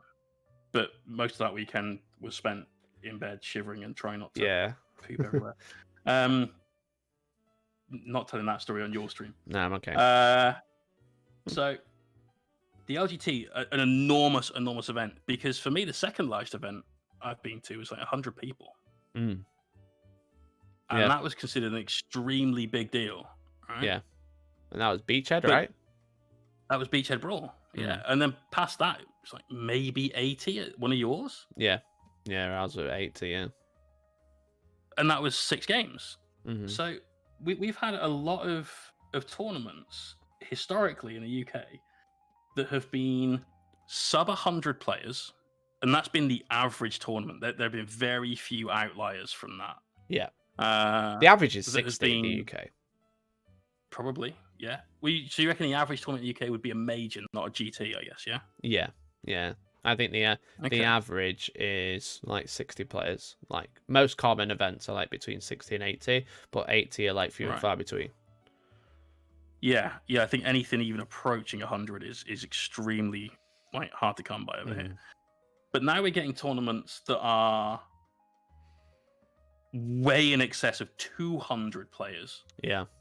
So with like the rise of the release of lockdown, we've seen a rise of new tournaments just appear. And there's a major tournament every other weekend from June, the end of June until like February now. Pretty much. Where's just tournaments left, right, and centre. And a lot of those tournaments are really big. The LGT are doing 2 this year, one of them in London, one of them in Leicester. There's Beachhead Brawl, which is 220 players in February. Yeah. I imagine there's going to be more popping up. Yeah. And it's this is the thing, though. Crazy big for the UK, not compared to the US. Exactly. We never had these. No, we had we used to have events. a major. Yeah. This is now a super major where you'll be playing very likely 7 games over 2 days. Those are long days. You know, I enjoy that, but I know a lot of people that find that a little bit like too much. Yeah. And I think that's because it's not normal over here. No, it isn't. We've got nothing that kind of prepares you for that apart from that event, right? Yeah. Yeah. But is this going to be normal now? Have we got to a point where throughout lockdown, with people getting back into the hobby for start of 9th, as well as all the people at 8th brought back, and enough people being interested in tournament play because they're watching battle reports and they're like, yeah, I really want to play this, and you know, all of these kind of things. Maybe they're playing TTS or whatever. Yeah. Really sorry if that's your first intro to the hobby, because that's it's not ideal. Yeah. But does this mean that enormous events, these super major events that are normally not seen outside the US, are going to become something that we as a country get to enjoy more? I think it's like a mixture of things, you know. I think obviously the game has been growing so much, you know, in the past year or so. Well, a couple of years, sorry. And like not including the Corona year. Like it's a couple of years before that. Like look at the fact that like 8th edition just blew up the game, you know. And then 9th edition come out, arguably a better game. Quite definitely in my eyes. Which 8th was great, and 9th is just which has blown it so well. Which has blown it up in terms of like people who are already playing it are like more into it now. Yeah. So we've seen that. We've seen obviously Games Workshop smashing releases and just releasing so much more stuff. We've also seen Lockdown, which has made people, as you already said, made more people get back into the hobby because they need something to do whilst they're in lockdown. They're bored. They want to paint some toys. But also, I think it's created a bit of a FOMO, a fear of missing out, of being like, hey, there's all these big events happening. Well, there's these events happening, so maybe I should buy a ticket for an event that's in a year or 8 months, you know, which is a bit unheard of, you know. To a degree. I mean, that's not so unusual to me because tournaments are what I really like about the hobby. Yeah. But I think for a lot of other people... so here you go. How often have you seen a Warhammer event have to publicize when their tickets are going to go on sale, including a time? Not, tickets will be on sale sometime in April, but tickets to be on sale this Friday at 4 p.m. Yeah. So that everyone can go and get their ticket. Yeah, it's that's normal, but like... not normally with super massive like LGT, right? LGT didn't sell out the last one that ran. It was bloody massive, but it didn't sell out, and it hasn't sold out yet. But I think it will. I think they'll get to a point where they can't get enough players in, they can't sell any more tickets. Which reminds me, I should definitely buy a ticket because I've booked my hotel and haven't bought a ticket yet. Should definitely buy a ticket. But like, I think that the fact that lockdown is lifting, people are romanticizing the idea of getting away for the weekend, because who isn't these days? You know, everyone wants to get out. But I think that people are like romanticizing the idea of like, oh hell yeah, weekend away with the boys playing some Warhammer. So people are just like snapping up tickets. There was someone in our chat that was saying that like, I've spent so much money on tickets this month, I've bought like one for nearly every month from July. And for me, that still seems like a mad idea to be buying loads of tickets for tournaments that are happening in like a couple of months. To say we can today is the first day you can go out to a normal shop that isn't a supermarket. Yeah, exactly. You know, so it's to me can't go and play toys. No, it still seems like a mad idea, and it's just bizarre. But I mean, it's going to happen eventually that you are going to be able to go out and play toy soldiers with hundreds of people in the same room, because the alternative is real crap. So I think it's a bit of a mixture of everything, but I think the main one is the fact that people are desperate to get out, so they're buying tickets up early, so they're ready to go, you know. And I think it's exciting. It's a real good thing for the hobby. The hobby is only going to get bigger if this keeps 100%. up. If this keeps up, so I'm excited for it, and it should be interesting to see how it pans out. Whether we get more big events like this, and then maybe the UK can properly start competing with the US in terms of ITC points. Because the way, if you don't know how the ITC works, essentially you earn points depending on how well you do in the event, and the amount of points you earn is not only based on the positioning in the event, it also the amount of players, the amount of games are very big factors in the mathematics behind it. All mathematics are public. It's very much like, is it snooker they've based it on?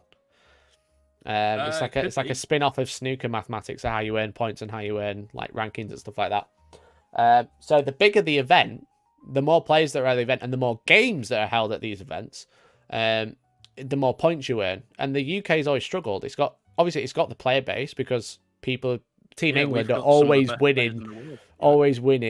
Well, they were winning the ETC when it was a thing. Team England pretty much always win. So obviously it's got the players, you know. But they can never compete because they can never get the points. I mean, because one, the events aren't big enough. you know. And two, people who do go to big events don't want to play more than 5 games because, you know, it's fair enough. It doesn't happen in the UK, but people don't want to play more than 5 games. It's just one of those things, you know. It's the accepted normality of 5 games is how many you go and play. 3 on Saturday, 2 on Sunday, drive home, go and see the wife and kids, you know. Where is in the US, they are like, yeah, this event's Friday to Monday, bro. It's 9 rounds. Enjoy. Yeah. Whereas that doesn't happen here. Totally dying. Yeah, like a lot of people will be interested in that who are like heavy competitive, but like the more casual player, the person who isn't so into going to events, a big event where it's like you start on Friday is a little bit unheard of and not quite normally accepted, you know, because people have jobs, you know, 9 to 5, Monday to Friday. You can't play on Friday. You got work. You can't book it off. That's ridiculous. It's toy soldiers, which is like the more casual like mindset around it. You know, like pretty much. You know, I'm talking about casual. Yeah. Oh, I know. But I think the only time I booked time off was for tournaments.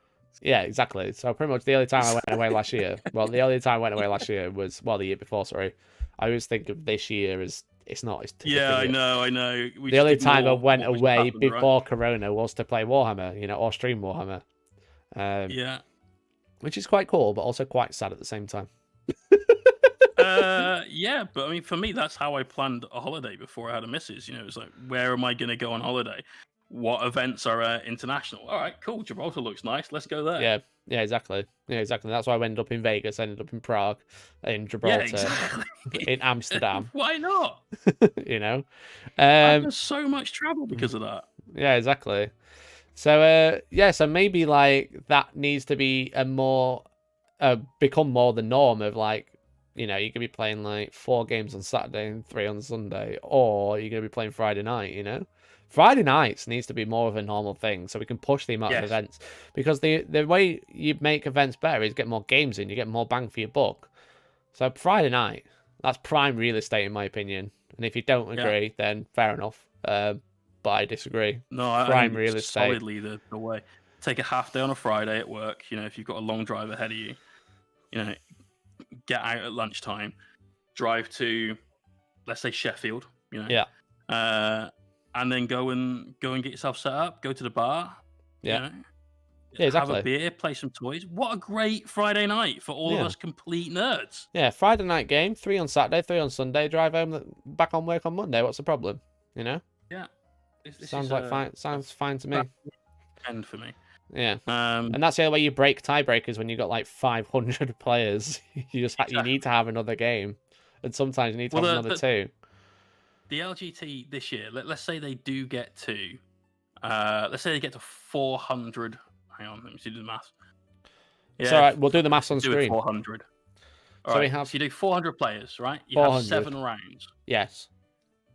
So first round, you go down to 200 winners. Second round, you go down to 100 winners. Third round is 50. Fourth round is 25. Fifth round, let's call it 12. Sixth round, you've got 6. Seventh round, you've got 3. There's your top 3. Cool. You did it. So that's fine, right? Yeah. But it's when, let's say we didn't have 7 games. Let's say it was like it's been done in previous years, where it's 5 games. 5 games, yeah. Well, congrats. You've got 12 people that all went undefeated, and only 3 of them are going to get a prize. Yeah, exactly. So we need these longer tournaments. So that's the thing. To have bigger tournaments. That's what we need to like fight for. We either fight for longer weekends of games, so more games, or more prizes. And I know which one I prefer. More games, because I'm not up the top. Hooray! Well, okay. I mean, I was also going to say more games, because then you get bigger prizes, not more of them, just bigger ones. Oh, this is true. I reckon I've got a good chance still. But yeah, I think it's a great thing, and I'd love to see this become something that we see a little bit more often. I am someone that will happily travel for a tournament, but we'll sort of pick and choose. So I'll only normally travel for a 2-day event. Yeah. But I definitely travel for a 2-day super major. Like, no even thinking about that. It's like, yeah, sorry, love, I'm not coming over this weekend in whatever month. I'm going to play whatever tournament instead. Yeah, exactly. Exactly.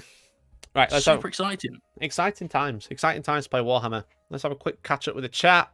Buy a ticket, Mikey. Do it now on stream. No one note down your address. Now I'll do it straight after. Hey Tim, how's it going? Hey. Tom says these events need Hellstorm live stream from top tables, right? Yeah, exactly. If you've got a big, massive event, make sure you go to the website, fill in the form, and we'll come stream it. It's a lot of fun streaming an event as well. Yeah, it's good. Real fun. I'm wondering if GW will have another day at the Rico Arena. I imagine they might do next year. They obviously won't this year. Maybe next year they might do it. Or maybe the year after, because GW always... Warhammer Fest. Yeah, Warhammer Fest. They've got to, it's just that thing. I've got to admit, though, I'm not super sold on the Rico Arena itself, though. Yeah, it's a ball to get to. It's a fine arena, Warhammer Fest. If you're not playing a tournament, there isn't that much to do for a whole weekend. I was I've only been to one, and I was expecting like a full day of being able to do Warhammer related stuff without having to lug my army there, and that was unfortunately not the case. Yeah, that was the weekend release of. Sorry, it wasn't the weekend release. It was the weekend they gave you the chance to play 8th edition. So right, yeah. So basically, super exciting. You basically just, if you're going for one day, if you're not playing, just go for it on the Sunday and look at Golden Demon. Definitely go on a Sunday. Because what you miss on the Saturday is the release news, and then they release it on the website anyway. Yeah. So that's the only downside. There's some seminars that might be worth going to. Like I had a really interesting chat with a guy who was the bloke that sculpted the Manta. Right. Which is a 4-foot-long Tau surfboard, basically, from what I can really easily describe it to you as. Yeah. But he was telling me all about how he had to really, pardon the pun, but break the mold with his techniques for working out how to sculpt it. So, right. Fair enough. It was an interesting chat, but that's the sort of thing you might miss. But if that's not your bag, then it's not necessarily for you. Yeah, exactly. This is the problem. Not enough single 40k players in the UK. Yeah, exactly. The US has more people to obsess over things and would literally risk their livelihoods to win something like a 40k tournament. I mean, we can't make generalizing comments like that, but there has been some sketchy stuff. Not everybody. Sorry, I missed what the chat said for that one. Say that again. The US has more people to obsess over things and would literally risk their livelihoods to win something like a 40k tournament. It's a bit of a sweeping statement, but yeah, There has been some sketchy stuff, but it's very minor. It's the minority as always. Yeah. I prefer playing single day events, but tiebreakers are always shit with only 3 games. Yeah, exactly. So if you only have 3 games, like how many plays is that? 8, 10? No. Well, yeah, 16 down to 8, down to 4, down to 2. So top 2. So it would have to be 8 to go. Yeah, 8 players to know who's actually won, which is really really shit. Like when I run one day, it's 24 man. You have 2 winners. Yeah, 3 winners. Sorry, 3 winners. Because I've been those winners. Yeah, exactly. 9 games, 3 days. Let's do it. Yeah, exactly. I mean, it has to be the norm. But it has to be it can't be like one event has to do that. Not every event can do that. What would you rather as well? Because this is an interesting take on it. Streaming 5 games. Would you? Oh, no. That's not what I meant. Would you rather have a larger bracket for like the number of games that you play, or go into a LVO style knockout for the last day? I think the LVO knockout works the best. I think it's really cool, but I'd always want to play those 9 games. Yeah, like I'd always feel like, well, I paid for 9 games, but because I rolled really shit in my last game, then I only get to play 6.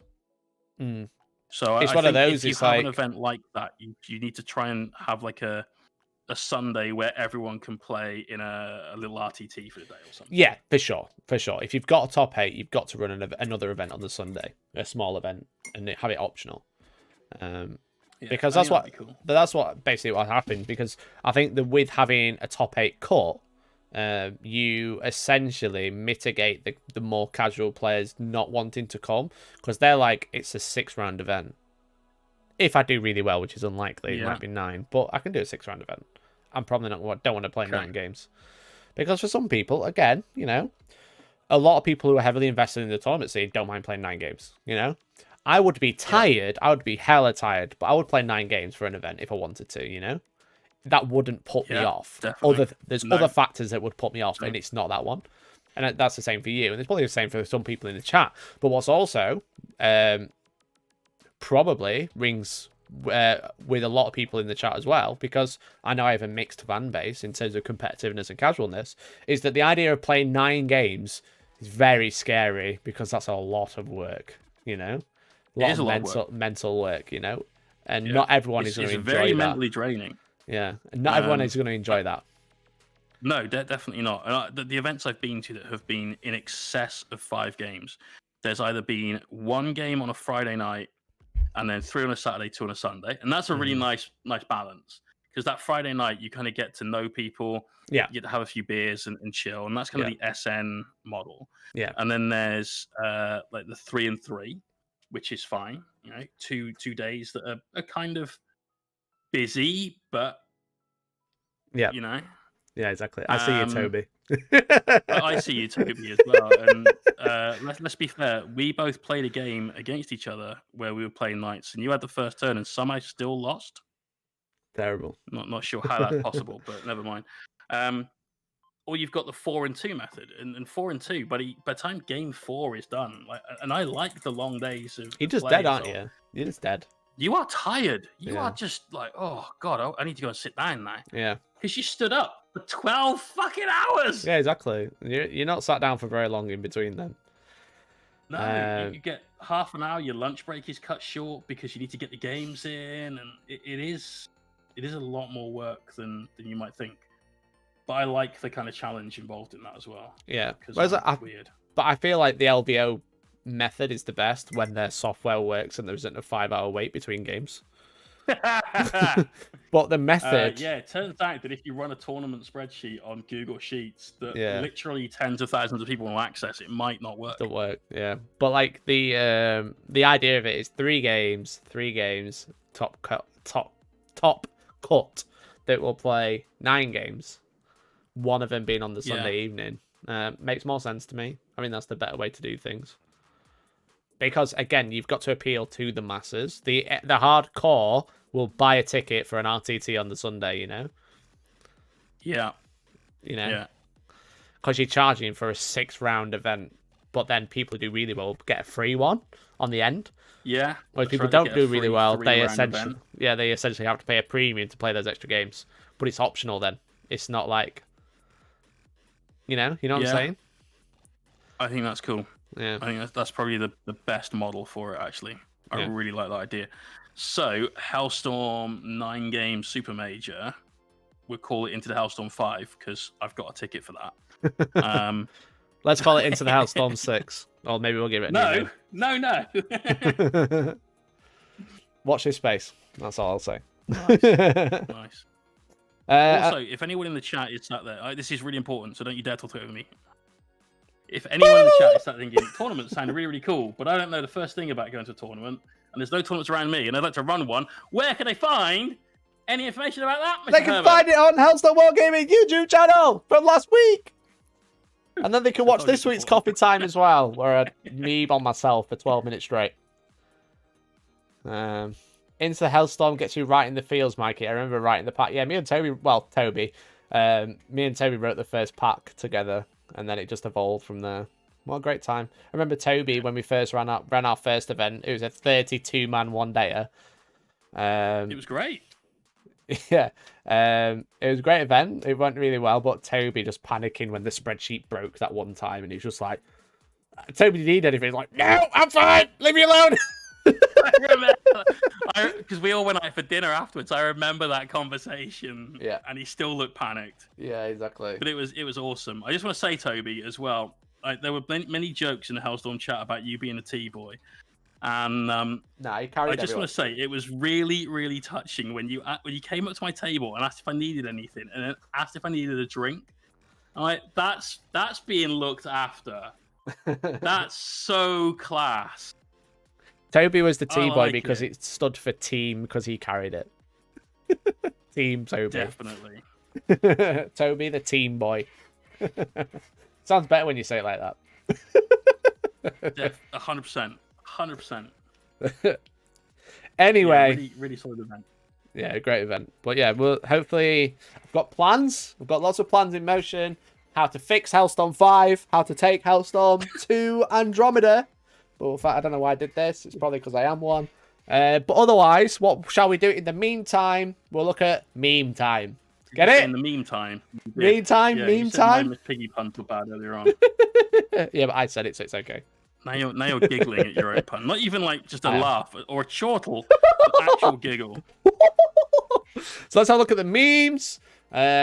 We got some really good ones last night because we played Curse City again last night, which is great fun. Let's have a look. So close. As you might have seen the thumbnail I used today, I didn't make it. It says it. So Magoo has made me a new thumbnail. I'm going to use this one on the next live stream. Okay. That's it. That's the thumbnail. I like how they've got the hair right as well. Yeah, it had some point. Nice one, Magoo. There's a distinct lack of like proper beard, which is why there isn't one on this smiley face, I assume. Yeah, probably. Yeah.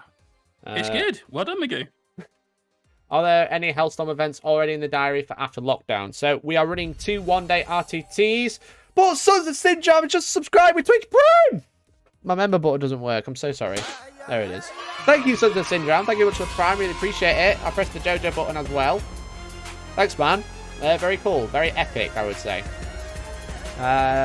If you've got Twitch Prime, have you got Amazon Prime, you can link your account and get a free sub every single 30 days. You can use it on any Twitch channel. You can use it on this one. You take money from Jeff Bezos, and everyone loves that. Or you can use it on Jay's channel, twitch.tv// Mohawk Miniatures. My apologies. Autopilot there. Autopilot. Did you hear it? We had to like get on him. If you haven't got Twitch Prime, you can also become a member over on YouTube and get extra sick content all the time. More bat reps all the time. And there's a whole backlog. There's a big backlog now. So anyway, few bat reps. I'm still looking forward to come out. Actually. Yeah. Yeah. There's one coming out tomorrow. So if anyone saw my Instagram story, saw that I was having a rendering issue, I fixed it. So there's a battle report coming tomorrow. It's Blood Angels versus Orcs. I know I said that was going to come out last week, but it's going to come out tomorrow. I'm sorry. Press the Valorant button. Like when they're big and thick like that, it really gets me going. That one. Phase 1, have chat, make memes. Phase 2, profit. Epic. Underpants gnomes. Underpants gnomes. Love it. Underpants gnomes. Top 10 hentai websites. I mean, great job, Terra. But where's the rest of the size? You know what I like about my hentai websites? When it's big and thick. Like when they're big and thick like that. This is not a big and thick picture. It's a very small picture. Disappointed. Jay, I can paint that in 2 minutes. Mikey. Yeah, Jay trying to whip his dick out. Flack for you, bro. Jay trying to whip his dick out where he doesn't know I'm a world record holder. Alright, I see. Is someone trying to draw a mohawk on that, or is that his original hair? Either way, it's brilliant. I think that's drawn on. I don't know. Nice.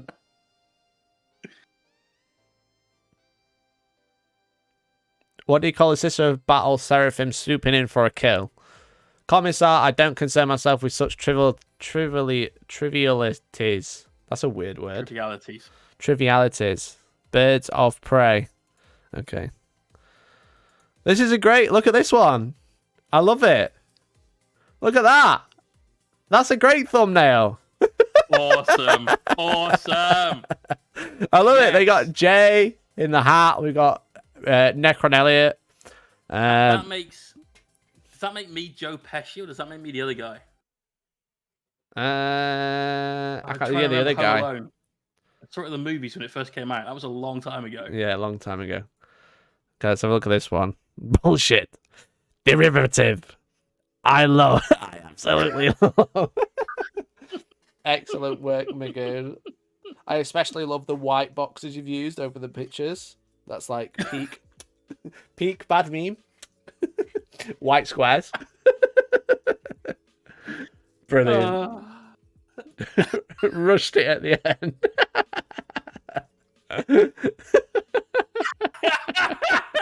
Oh, well done. That's a good photo as well. That is a good photo. Yeah. That's at Gibraltar GT, isn't it? It was, yeah, Gib GT. Cute. Nicely done. I like it. You've positioned the dartboard really well. Yeah. Yeah, it looks good because of the perspective of the wall behind you. Yeah. Steve wants me to show you his meme. This one from last night. Because we were talking about the fact that I've not played a Quest game since my babysitter brought one round when I was like 3. That was the last time I played a Quest game, except for Curse City. Yeah.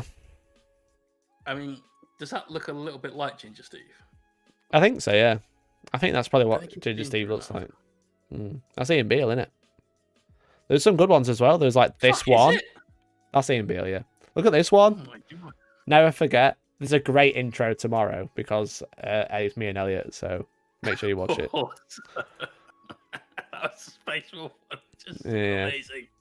That easily features in my top 5 Hellstorm intros. Yeah, this was a good one. Except for why have you used green text? Where's my white text at with black outline? Very good Photoshop in there. We really appreciate that. Elliot's name is capitalized and yours isn't. I know. There's this one. If you've been watching the Curse City playthrough, then you'll understand. Georgie hates this picture, but she appreciates the picture. Okay.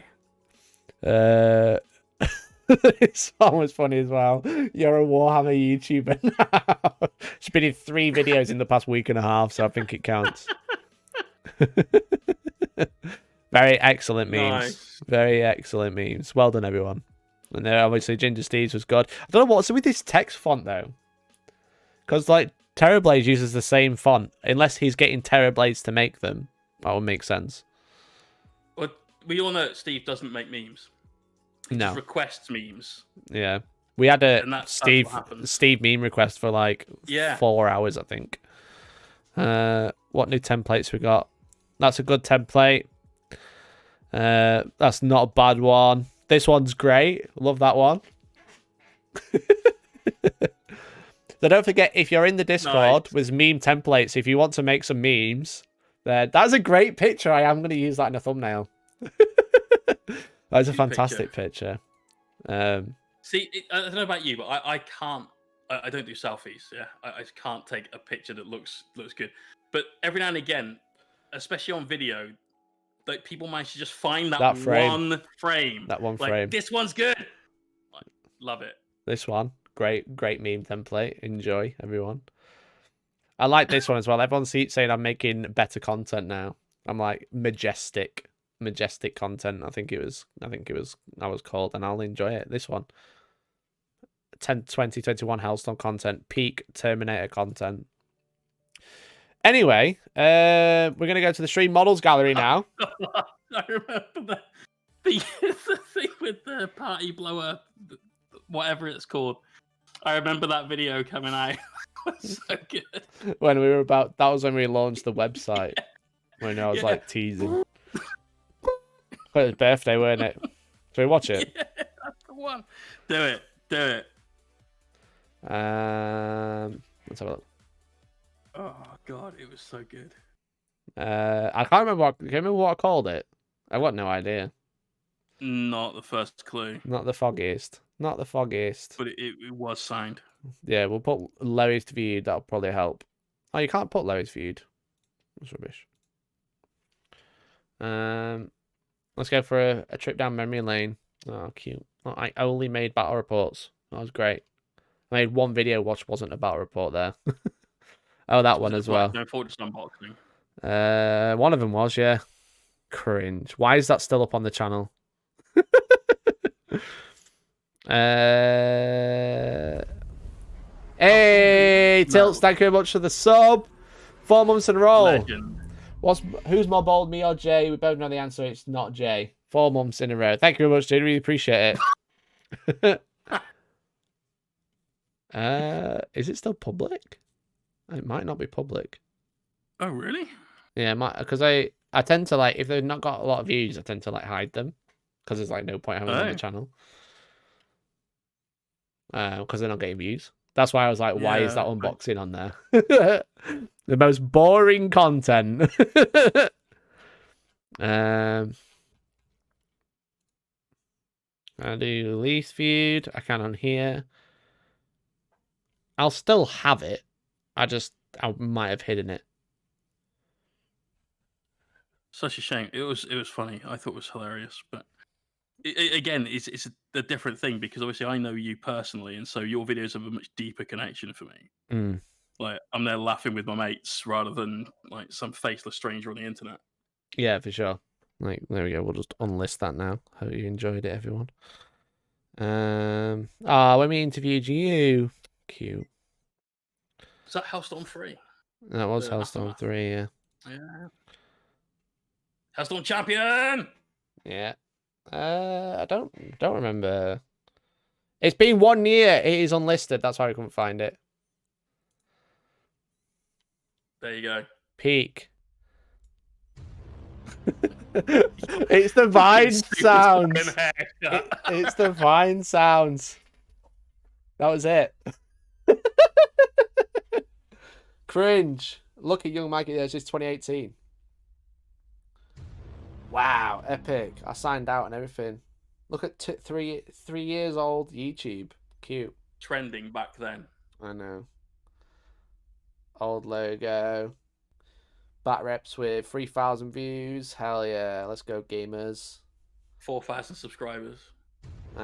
Is that how many? 4,000? I missed that. That's what you had back then. Oh, shit. Okay. 4,087.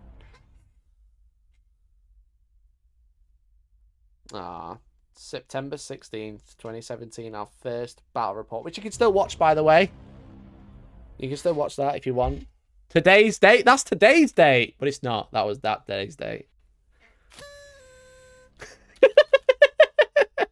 Classic.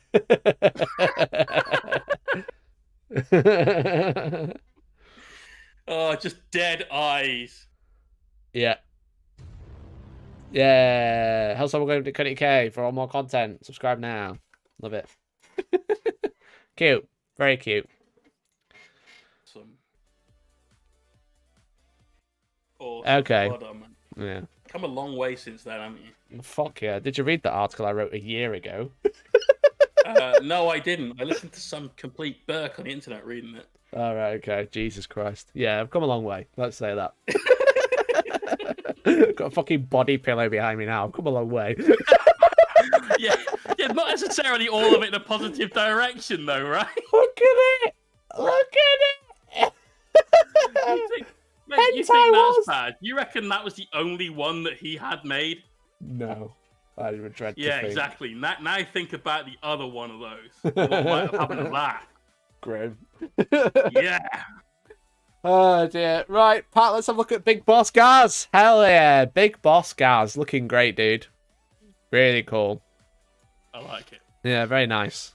Look at the size of that paint handle. Very impressive, sir. Very impressive. The other body... yeah, exactly.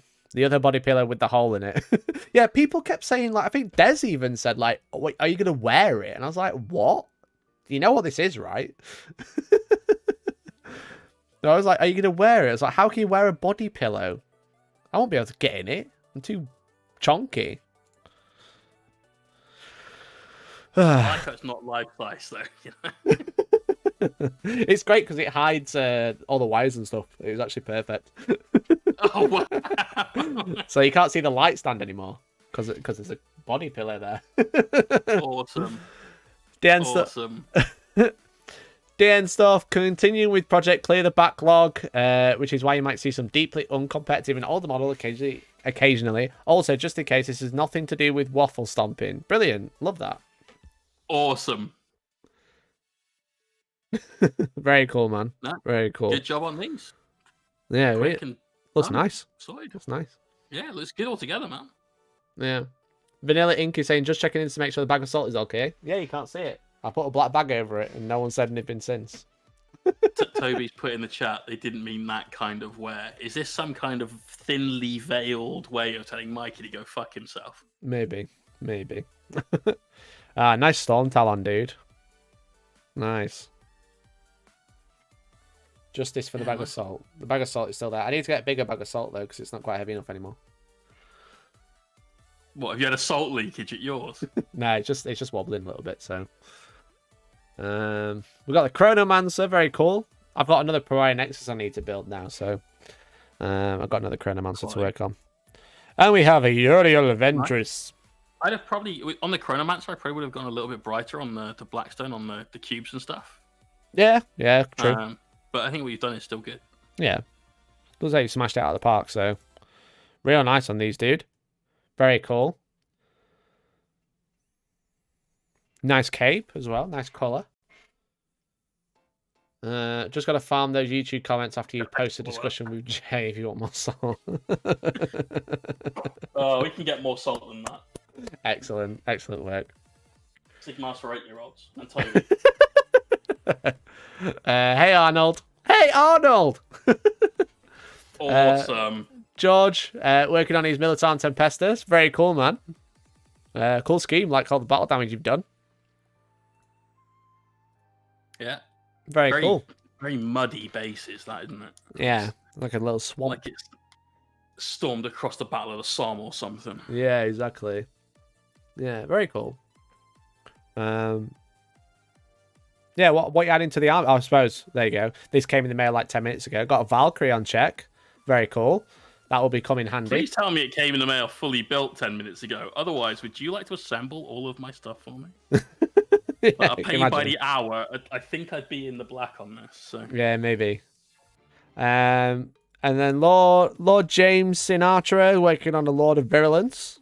Very cool. Very cool miniature. Nice. Is this on a 50 mil base? Yeah, he's on a chunky base. Interesting. I'm having fun painting one at the moment. He's very, very cool. Yeah, I need to pick one up. Yeah, very nice, dude. Looking clutch, looking clean. Gigantic nutsack. I don't. That's a weird detail. What, the stomach? Yeah, except it's like hanging down a certain area. Muffin top.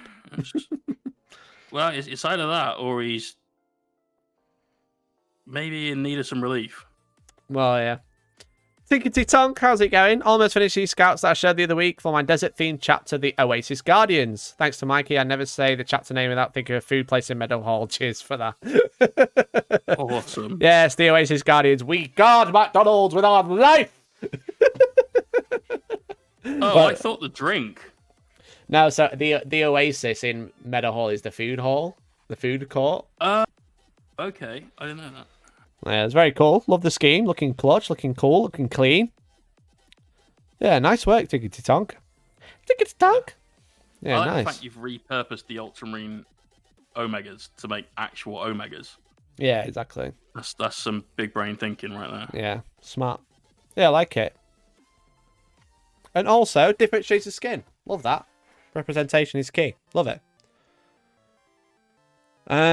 Buffalo Gum, working on my boy Illuminor Cesaris. There we go. I had to dig deep into the Necron lore there. I didn't want to say it because I knew you were so close. The Necron archive just got like opened up, like the Pandora's box.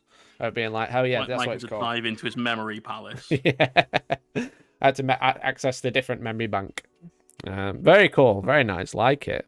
I do like this. It's extremely colourful, but it doesn't look garish, which is unusual. Yeah, exactly. So well done, mate. You've tempered this exactly right. Yeah, very cool. The lovely blends on the blades. You got a nice blend from the priest guy into the hand. Very cool. Very cool. Yeah, top stuff. Yeah. And that is really nice scatter on the base as well. It looks strangely like mustard and cress, but it does look a bit like mustard and cress. I really like it. Yeah, it looks properly cool. organic. Yeah, that's cool. Great job. Great job, Buffalo Gum. Magoo's working on Battle Wagon. Epic. Very cool. Got the Death Roller. Nice. Nice. Do you still have to buy that as a separate kit? The roller bit. I've no idea. No idea. Okay. Do I want to ask Jay about a cucumber? I don't think I do. I don't think I need to know. How much would you like to be sick in your head? I'm alright. I would love to talk about this AUG, shock attack gun by Magoo again as well. Mech I painted over the weekend. Really happy with this. It's a proper paint job, not a batch job. Nice, dude. You got some nice blending, some nice highlights on the skin here. Excellent. You got some nice edge highlights on the purple as well. Purple, it's hard to make look good. It looks like you're smashing it here. Yeah, for me, the best thing about that is the yellow. Actually, you've got yellow. The yellow's nice, Definite yellow. Yeah, so, for sure. Well, yeah, nice job, dude. It's a real step up, I think, if I could say so boldly. It's a very much a step up from what the other stuff we've seen. So great job, man. But real it nice. should be. It's a character model, and we can tell you've put more time and effort into this because it's a character. Getting all those details. You've definitely, seen a return on your investment of time. So well done. Yeah, tell him some of your Battle Wagon facts, Mikey. Yeah, Science Pie called me out the other day. I didn't like it on Twitter. Right. Because I tweeted, I was doing some testing, right? So social media is a funny thing, okay? Social media is a weird thing, and it's different. Yes. On every platform. So like things that work on Instagram won't work on Twitter. Things that work on Twitter won't work on Facebook, for example. So I was doing some tests. Right. I was like, okay, I always post pictures of models. What if I attach some lore to them and just put some random facts in, right? Okay, so I put one off Instagram. Okay. So I put a picture of a battle wagon on. You probably saw it. Well, maybe you saw it. I actually never look at Twitter. I have a thing that posts. Oh, it's on Instagram as well. It's on Instagram as well. Oh, okay. I might have seen it. Yeah, and it was on Facebook. So I basically posted it to all three. So I posted a picture of the battle wagon that's in tomorrow's battle report because I was expecting the battle report to be out a lot sooner than it is. Okay. So I posted this picture, and it says, a battle wagon is a catch-all term used for any type of orc assault tank, heavy armored transport. The term battle wagon seems to be referred to overall to a category of large orc armored vehicles. It always carries a large complement of weapons such as big shooters or killer claws. Okay. That was the description. And like when I post pictures on Instagram, like of models, they don't get like hundreds of likes. It don't get very much interaction. Like post picture of this, it got 10. For some reason, I've liked it myself. That's pretty cringe. That is very cringe. Obviously accidental. That got 51 likes. It's a picture of a new box, of course it did. I post picture of this. A very well painted, an Imperial Knight painted by Golden Demon winner, 10 likes. Okay. Right. Yeah. And then let's have a look. Posted this one. This one got 30 the same night, admittedly, different angle. But then I posted a picture of a battle wagon with a little like caption of being like, "This is what's cool." Flopped on Instagram. That one got 30 because it had the Dakar bots in front of it. Oh yeah, clearly the Dakar bots. Sorry, Andy, but can't get around sneezing, don't you? Posted a picture of some Talos and some Dark Angels. 18 likes, right? So I was like, okay, let's try something new. What I'm going to do is I'm going to post some lore with the picture. And it did really well on Twitter, but it didn't do very well on Instagram. So I'm like, okay, maybe I need to put some lore on Twitter, but then I copied it off Lexicanum, and then Science Pie screenshotted it and posted it on the tweet and called me out hard. I didn't like that whatsoever. Oh man. I mean, I don't know anything about lore. What do you think I do? Think I make it up? No. I just copy it off the internet like everyone else. You are one of 3 of the presenters of the amazing Lore Hams. Oh yeah, exactly. When they tell me about lore. I don't make the law. I just copy it off the internet like everyone else. I got called out hard. I didn't like it, Science Pie. So short. Hashtag content. Exactly. Mikey's a good Raven. He's still there for even not law. Credit the original poster? No, they didn't credit Games Workshop when they wrote it. Oh, I see. Because I got called out on Instagram on Sunday for not crediting somebody's original artwork. Right. After asking if anyone knew who these people were in the pictures. This was for voting for the Tyranid Army. Right. So, like, does anyone know who these people are? Because they've just been given to me in Discord. I've tracked down a couple. Yeah. And then the second post I made, I credited those, and then got somebody giving me a load of attitude for not crediting them for their picture. You're not using it to make money. Yeah, that they also... So somebody, after I'd said this on my stream, went and had a look through all the way through their Instagram and couldn't find any credit saying that it was them. So how was I meant to know? Yeah, bonkers.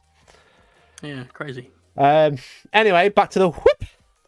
Lord James Sinatra working on some Plague Marines as well. Very cool. Classic 8th edition Plague Marines. Green boys. I like it. Yeah, I like the old style of like Horus Heresy style Death Guard where it's like bone and green shoulder pads. Yeah. But then the green, just plain green, is just nice. Yeah, it's just nice, you know. I actually do. Yeah. So the new Games Workshop sort of Death Guard green color scheme, I think when done well is really sick. God, no pun, but you know, yeah, it's just really, really nice because it is not a color you see often done on your armies. Think about the number of armies you've seen this year. Admittedly, it's not that we've been playing, so it keeps it quite low. That are painted black, painted red, or painted blue. I don't mean Space Marines. I mean armies. Loads. How many armies have you seen painted this color green? Well, yeah, exactly. Helps keep them stand out, doesn't it? Yeah, exactly that. Nice work, Lord James Sinatra. Very cool. Yeah, got a nice big red cape as well. Nice contrasting colour. Keep going, dude. Nice. Can't wait to see more work on him. Very cool. Chaos War converted a Noxious Blightbringer and thrown aside the second original model when had converted other characters with these Sigma bodies. This picture before I started fixed green stuff on him and others. Taking pictures from the front. Nice, dude. Very cool. Nice conversion. It's so weird without the bell on top. Always. Without the bell sticking above his head. It's so bizarre. Yeah. But it makes more sense. It reminds me now, with the bell like this, of the...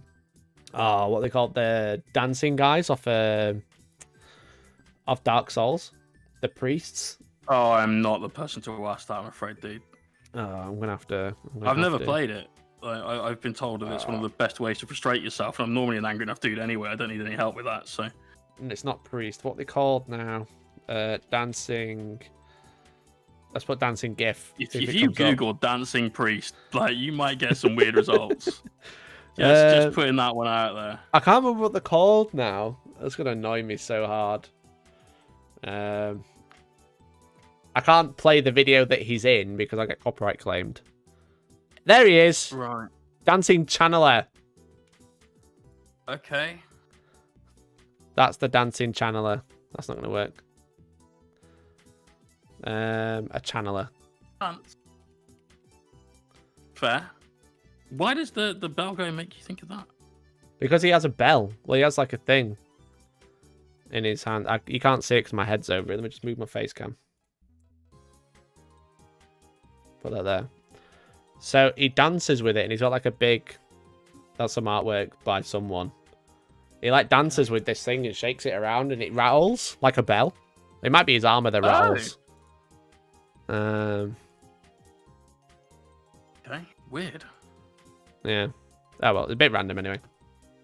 Very random. Bit random. It reminds me of that. This is one of the best things about mini painting, though, is that you can get a connection to a lot of different things that aren't a Games Workshop miniature. Yeah, exactly. You can definitely get stuff that evokes or inspires a memory or something, you know. Yeah. Without the video, I can't show you. Again, it get copyright claimed, so a bit weird. Bats Pinkie Pie finished the first squad of the 327th Star Corps. Very cool, man. Clone Troopers. Love it. I really want to get into Star Wars Legion. I've got loads of it. I just haven't painted a lot of it. But they do look cool, man. You've done an excellent job on these. I got to admit, as someone that is absolutely not a Star Wars fanatic by any stretch of imagination, the minis are cool. It's a good game system as well. The universe isn't going to make me play the game, but certainly if I didn't play 40k, I'd consider it because they do look cool. They've done a really good job of creating all of the stuff from the films, but in a very realistic looking way. Yeah, for sure. Yeah, great job on these, Bats Pinkie Pie. Yeah. Stab working on a Chaos Warband, Underworld Warband, I think. Very cool base. Very, very cool base. That is a super cool base. Yeah, and then you got the yeah, I think you're right. This is the new Chaos dudes, right? Yeah, I think so. Very cool, these. Slays to Darkness. Cheers, Des. Really appreciate it. Nice work on these, Stab. Very cool. Take care, man.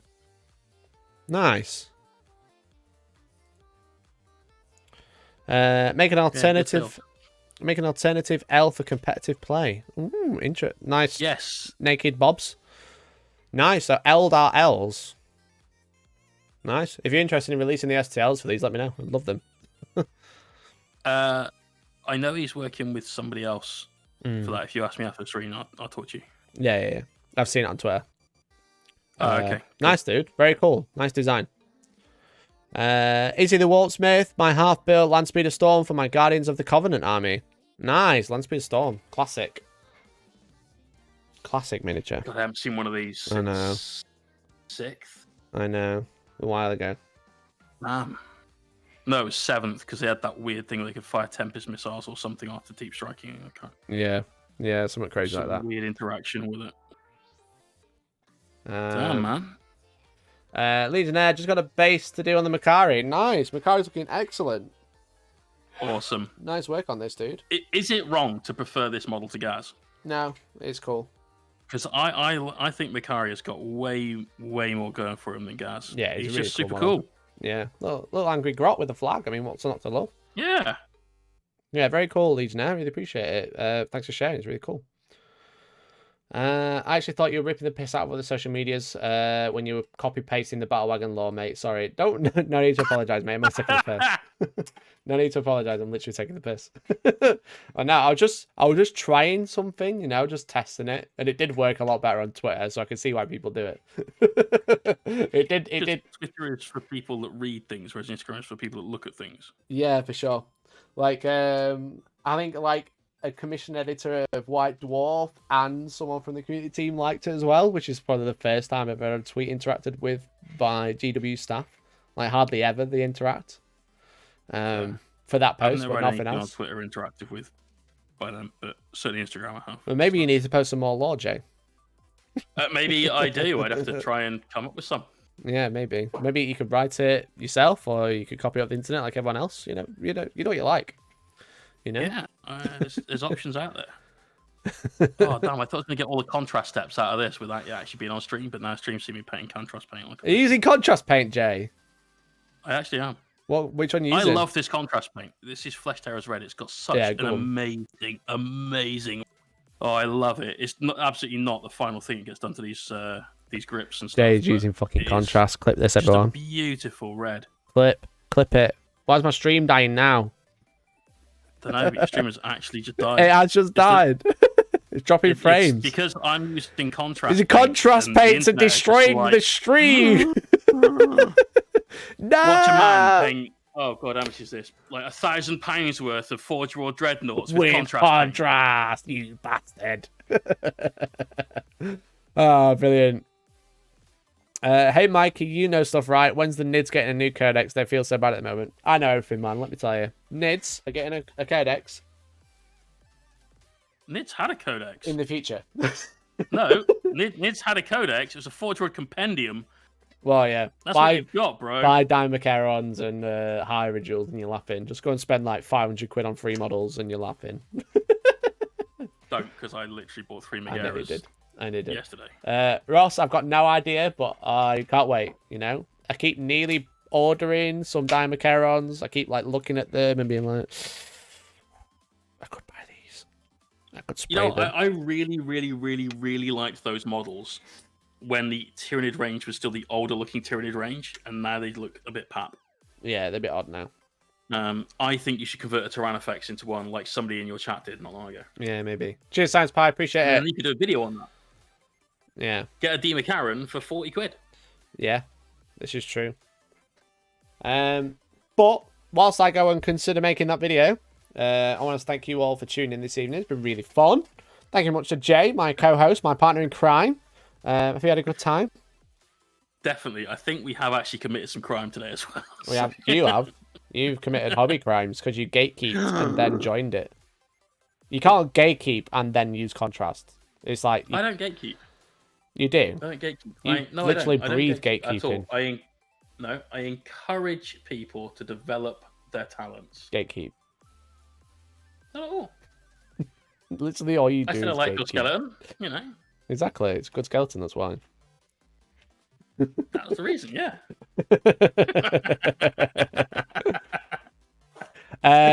But if you want to watch Jay on his own without me, you can check him out on twitch.tv/Mohawk Miniatures. Tuesdays, Thursdays, and Sundays from 9 and Saturday from 11. Yes, nailed it. You've had an extra day as well. You've had an extra day as well. It just makes it even worse.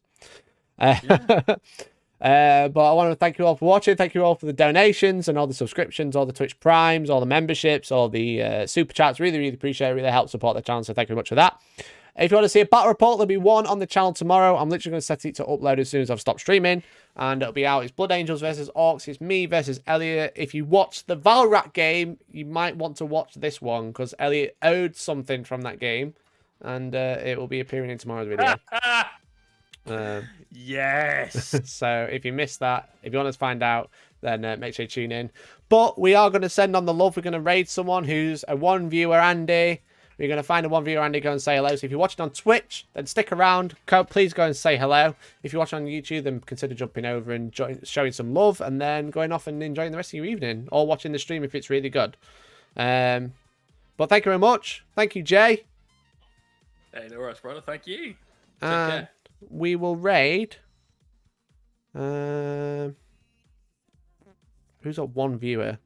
Back to Curse. We'll raid this guy. He's got Curse City. Ben, are you going to say something to me? Hi, Ben. Hi, Ben. Say something, Ben.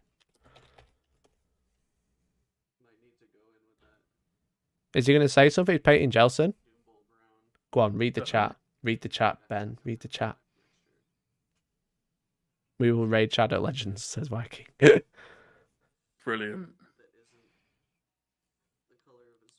Come on, Ben. Go on, Ben. Read the chat. I like his overlay. It's really original. It looks like yours. I mean, they're all pretty standard. His has got less hazard stripes. Is the only downside to it. Good painter, though. Ben, just read the chat, please. The artwork in the bottom corner there is pretty banging. Say it to me, Ben. Say it. Say something. Please just read the chat. He's got a June 3rd follower giveaway. I thought he said he had 3 followers. Oh, Ben. Ben's killing me here. Ben, we could have been someone, me and you, together. We could have hung out. We could have been the best friends, but I feel like I've got digital zoom on. Ben, by not reading the chat, you are killing me. 2 people have said hey, and you haven't answered. We were this close to greatness. This was your time. This is his time to shine. That's it. But now... Let it slip. Mom spaghetti. No. 5, 4... Right, okay. Sorry, mate. Never mind. Unlucky, man. Unlucky. It's so close to greatness. Moment. Yeah.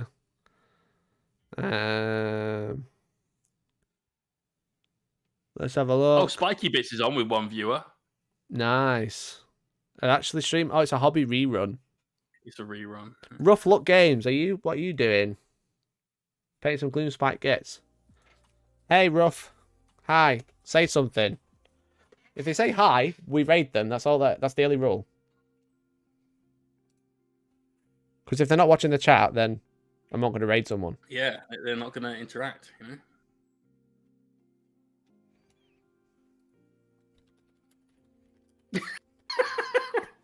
It's just going to be the next version of a Hellstorm giveaway. Yeah, pretty much. Why is no one reading chats, bros? Why don't you read your chat? Number 1 rule of streaming, read your chat. Yeah. I'm going to throw this out there to anyone that's considering being a streamer. Read your chat, please. Interact with the people that are going to be your community, or you won't have a community.